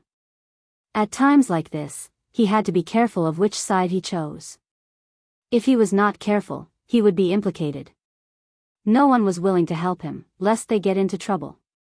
He thought for a while and finally decided to bring Wang Guimiao to apologize to him personally. Perhaps, he would be lucky enough to get his forgiveness. Thus, the scene before him was born. Yu Yu stood expressionlessly at the door. He looked at the pleading couple without a trace of emotion in his eyes. How pitiful. Yu Yu said this coldly with an indifferent expression. Lin Ongwa saw his expression and was shocked by the little guy's calm state of mind. Usually, children of this age would run to their parents in fright upon seeing such a scene. However, at this moment, he stood at the door with his arms crossed and a cold expression on his face. Wang Guimiao looked at him with an ugly expression and felt extremely remorseful. She could not figure it out and found it strange. She had known about Yun Tianyu since he was in kindergarten, but she had only heard that he had a mother. She had never heard of him having a father. In the parents' group, it was said that the child was from a single-parent family and could not even be considered a single-parent family. His mother was still unmarried, so no one could say for sure how the child came about. It was said that he was an illegitimate child. His mother gave birth to him at the age of 18, which was an unmarried pregnancy. Many people looked down on her and despised her from the bottom of their hearts. Wang Guimiao looked down on her even more. Without an indomitable man in the family, it was indeed easy for people to gossip. A single mother would be subjected to a lot of malicious speculation and slander. Today, however, this child had a father out of nowhere. Moreover, this man's status was not low and was incomparably noble. He was actually one of the top figures in the Mu family. Even now, she still felt that she was in a dream. Who asked her to be unlucky, though? The only thing to blame was that she should not have gone overboard. Lin Ongwa went up to him and begged again, "Little master, can you please invite your father out? I have something to ask of you." "What is it? Can't you tell me?" Yu Yu said casually. Lin Ongwa was embarrassed for a moment, but he knew that this child was obviously making things difficult for him. Thus, his face turned red. He clenched his teeth and actually knelt on the ground with a plop. It was late at night and the ground was cold. He knelt down, almost without hesitation. Yu Yu was not surprised to see him kneel down. At the same time, she looked at Lin Ongwa meaningfully and smiled. "Mr. Lin, why are you doing this? What are you trying to do?" "Little lord, I'm here to apologize to you and your father." As Lin Angua spoke, he fiercely pulled Wang Guimiao. Wang Guimiao was caught off guard and fell to her knees as well. A sharp pain came from his knee. However, she couldn't care about anything else. In any case, he had already lost all his face, and there was nothing he could do to regain it. Chapter 1602. Even though she did not believe it, Wang Guimiao knew that Lin Angua was in a panic. Lin Angua said that the Mu family had secretly obtained some evidence of his crimes. If they didn't take any action and beg the Mu family to be merciful, the only thing that awaited the Lin family and the Wang family would be death. Wang Guimiao knew a little about Lin Angua's actions in the past few years. She knew that if the evidence of his crimes was in the hands of others, it would be as good as having his life in the hands of others. Hence, she did not care about her pride anymore. She knelt down and kowtowed as hard as she could under Lin Angua's gaze. You. Auntie was wrong. Auntie was really wrong. Auntie shouldn't have called you a little b*****. Auntie shouldn't have listened to those rumors and humiliated you and your mother. Auntie knows her mistake. Can you forgive me? Then, she kowtowed as hard as she could. She was really kowtowing. She knocked her forehead on the ground so hard that her skin was bruised. However, she did it on purpose. She wanted to put on an act for him to see. A little bruise was nothing. If she could beg the Mu family to be merciful, so what if she got bruised and bled a little? Yu yawned and said lazily, Okay. I know, I forgive you. Lin Angua was overjoyed when he heard that. Really? Wang Guimiao was surprised. She looked up with her eyes wide open and smiled through her tears. She was in a sorry state and her hair was disheveled. She looked disgusting. Yu did not want to look at her. Why should I be so calculative with an uncultured person? So now, all of you can disappear from my sight. Then, Lin Angua and Wang Guimiao looked at each other in surprise. They did not expect that it would be so easy to get forgiveness. They had to admit that children were easy to trick. Just a little bit of self-injury and she would be soft-hearted. Lin Angua rubbed his hands and chuckled. He asked tentatively, then, that tainted evidence, what evidence? Yu raised her eyebrows in confusion. It's like this. Chairman Mu, Can you plead for me? Ask him to be merciful and let me off. Don't hand over those things to the Commission for Discipline Inspection.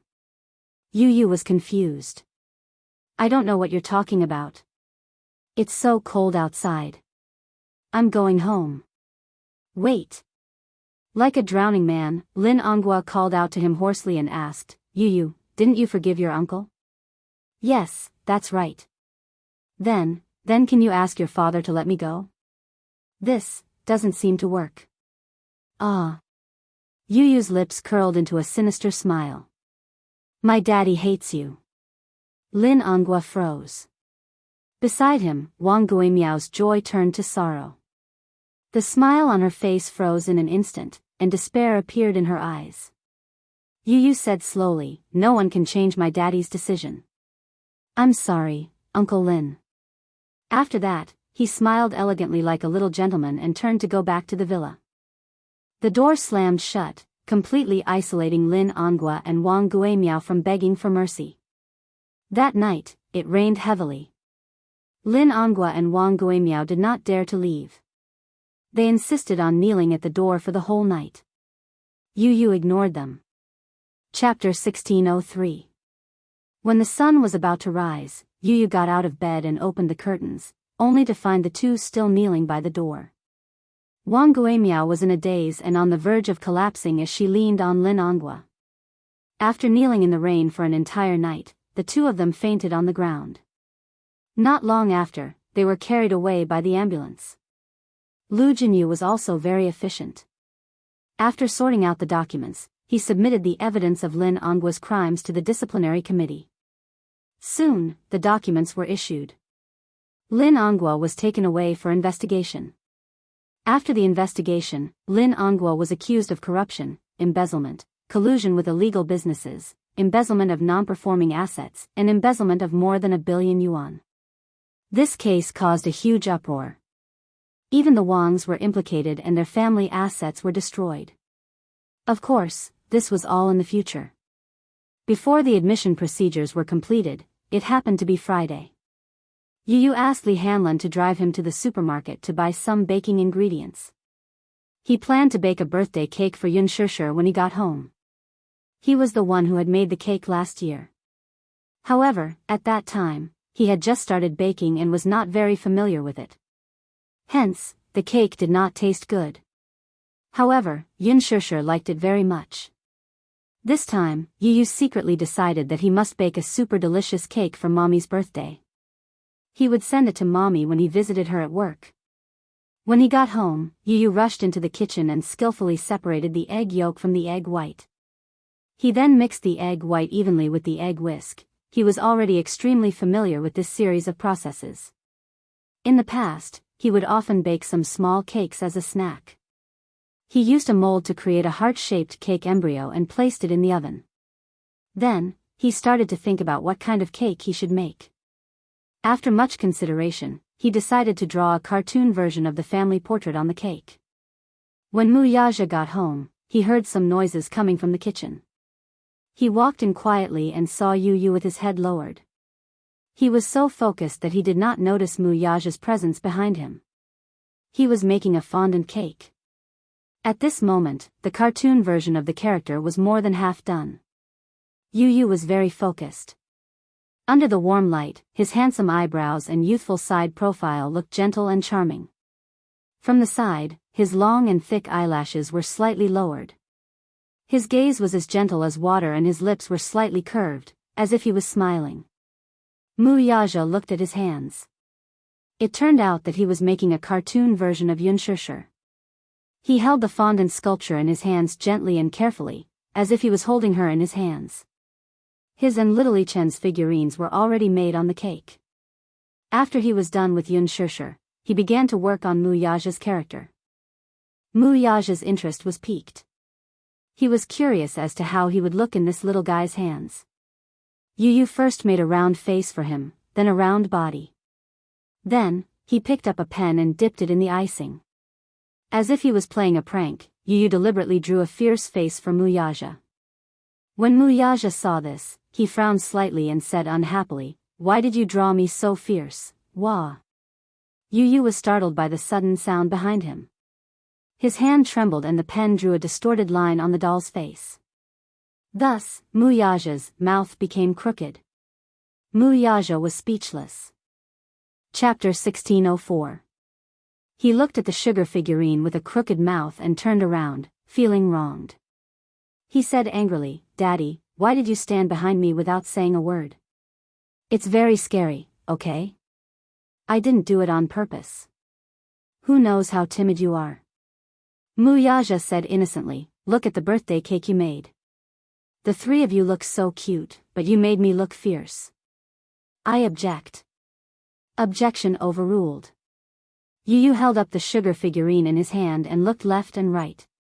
He compared it to the real person and suddenly expressed his opinion. "It's very similar. Wuxia, it's your fault for always pulling a long face." Yu then looked at the crooked mouth of the sugar figurine and laughed. "Daddy, you're so pitiful. Your mouth is crooked. It's all your fault." Wuxia said, feeling wronged. Yu retorted, "It's your fault for not saying a word when you came in. You stood behind me and gave me a fright. Otherwise, I wouldn't have failed." Wuxia smiled and hugged him from behind. He rested his chin on little Munchkin's shoulder and looked at his frosted hand. He couldn't help but laugh. "Is this your birthday present for Mommy?" "Yes." Yu fixed the adorable Wuxia figure on the cake and then remembered to finish it. He continued what he was doing and asked, "Daddy, does the cake look good?" Wuxia thought seriously for a while and then commented, "It's not bad." "What do you mean by not bad?" Yu protested unwillingly. "I think it's great. Can I eat the sugar figurine on the cake? Other than Mommy and me, you can eat the rest." Yu said generously. Wuxia frowned but pretended to be unhappy and teased him. Why can I only eat mine and Xiao Yichen's but not yours and Mommy's? Hee hee. Because Mommy's are the cutest, no one is allowed to eat them.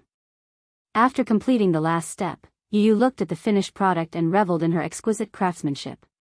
What a beautiful cake. I made it myself. Mommy will definitely like it. After speaking, Yu turned around and hooked her arm around Muyaja's shoulder. Daddy, when are we going to visit the set? When Xiao Yichen is out of school, we'll visit the set. Long live. Yu was elated. I can finally see my dearest mommy. Last night, I missed her so much that I couldn't sleep. Mommy must have forgotten that today is her birthday. I must give her a birthday surprise from the sky. Muyaja scratched his nose affectionately. Okay. When Xiao Yichen came home from school at 3:00, he saw Yu placing the finished cake in the kitchen. He went over and looked at it for a long time. He was so hungry that he almost drooled. He turned around and ran over to Yu, chirping happily like a little bird. Yu, did you personally make that birthday cake for Mommy? Yes. I made it. Yu was very pleased with herself. Xiao Yichen was very hungry. He pestered him and asked, when are we going to visit her at the set? Last night, the three of them had discussed that on her birthday, they must visit the set and give Yunshishir a birthday surprise. The two little lads were so excited about their birthday that they couldn't sleep well. Chapter 1605. Yu snorted. Mommy will definitely like my cake more. Xiao Yichen whimpered and looked down pitifully. Yu, you're a bully. Are you saying that my present isn't nice? I can't help it. It's your fault for being so stupid. But you're so stupid, so you've already improved a lot. Xiao Yichen wagged his tail again. Really? I think so too, hee hee. Then, he pestered Muyaja and asked, Daddy, what birthday present did you prepare for Mommy? Muyaja smiled deeply and pressed his slender fingers against his lips, pretending to be mysterious. Xiao Yichen shouted, Stingy. Daddy is so stingy. Just as Yu had expected, Yunshishir had indeed forgotten that it was her birthday today. She was completely unaware of the upcoming birthday surprise. Early in the morning, she rushed to the set, changed into an ancient costume, put on makeup, and participated in the filming. The sun was shining brightly these few days, so there were many outdoor scenes. Yunshishir was inevitably nervous because it was her first time using a wire. On the set, director Gu and the martial arts master were nervously discussing the upcoming wire scene. Yunshishir changed into a pink silk dress. The next scene was her encounter with the male lead, Yunsheng, played by Hua Jin. In the plot, the prince's mansion was holding a birthday party. Qin Shuiao, who was playing the role of Qin Shuiao, climbed a tree to pick up a kite. She accidentally slipped and fell from the tree. The male lead appeared and saved her. When the two met, Qin Shuiao fell in love with Yunsheng at first sight. There were two scenes today. One was between Yunshishir and Hua Jin, and the other was between Yunshishir and Lin Ji. Yunshishir changed into her costume and was familiarizing herself with the camera position. Positioning was very important when filming, so she had to familiarize herself with it in advance. In addition, she was worried that she would not perform well in the wire scene and was under a lot of pressure. Suddenly, there was a fierce commotion on the set. Yunshishir turned around and saw countless flashing lights. It turned out that Lin Ji had changed into her costume and appeared on the set. Today, there were many reporters visiting the set. However, as the media, the main visitors were naturally the female lead, Lin Ji, and the male lead, Hua Jin. The audience was looking forward to the collision and sparks between the number one young man in ancient costumes and the number one actress in ancient costumes. Therefore, as soon as Lin Ji appeared on the set, all the reporters were on the move. They aimed their cameras at her and flashed wildly. Many other actors and actresses were looking at Lin Ji enviously. As expected of Lin Ji. As the female lead, she has so many media reporters visiting her. How glorious. A female supporting character sighed with envy. Humph. Who knew if these reporters were hired by her? Lin Ji hasn't been in the limelight recently. She's not even as popular as Yun Shishir. These reporters might have been hired. Another supporting character cursed inwardly. Along the way, Lin Ji's appearance caused a stir on the set. She seemed to enjoy the sensation and smiled at the reporters from time to time. She seemed to have come prepared. She had on exquisite makeup and was posing and flirting under the flashing lights. All the reporters surrounded her excitedly and handed microphones to her from time to time to interview her. Lin Ji noticed that Yun Shishir was also looking at her. The corners of her mouth curled up and her eyes revealed a smug look, as if she was silently showing off. Yun Shishir frowned. This Lin Ji.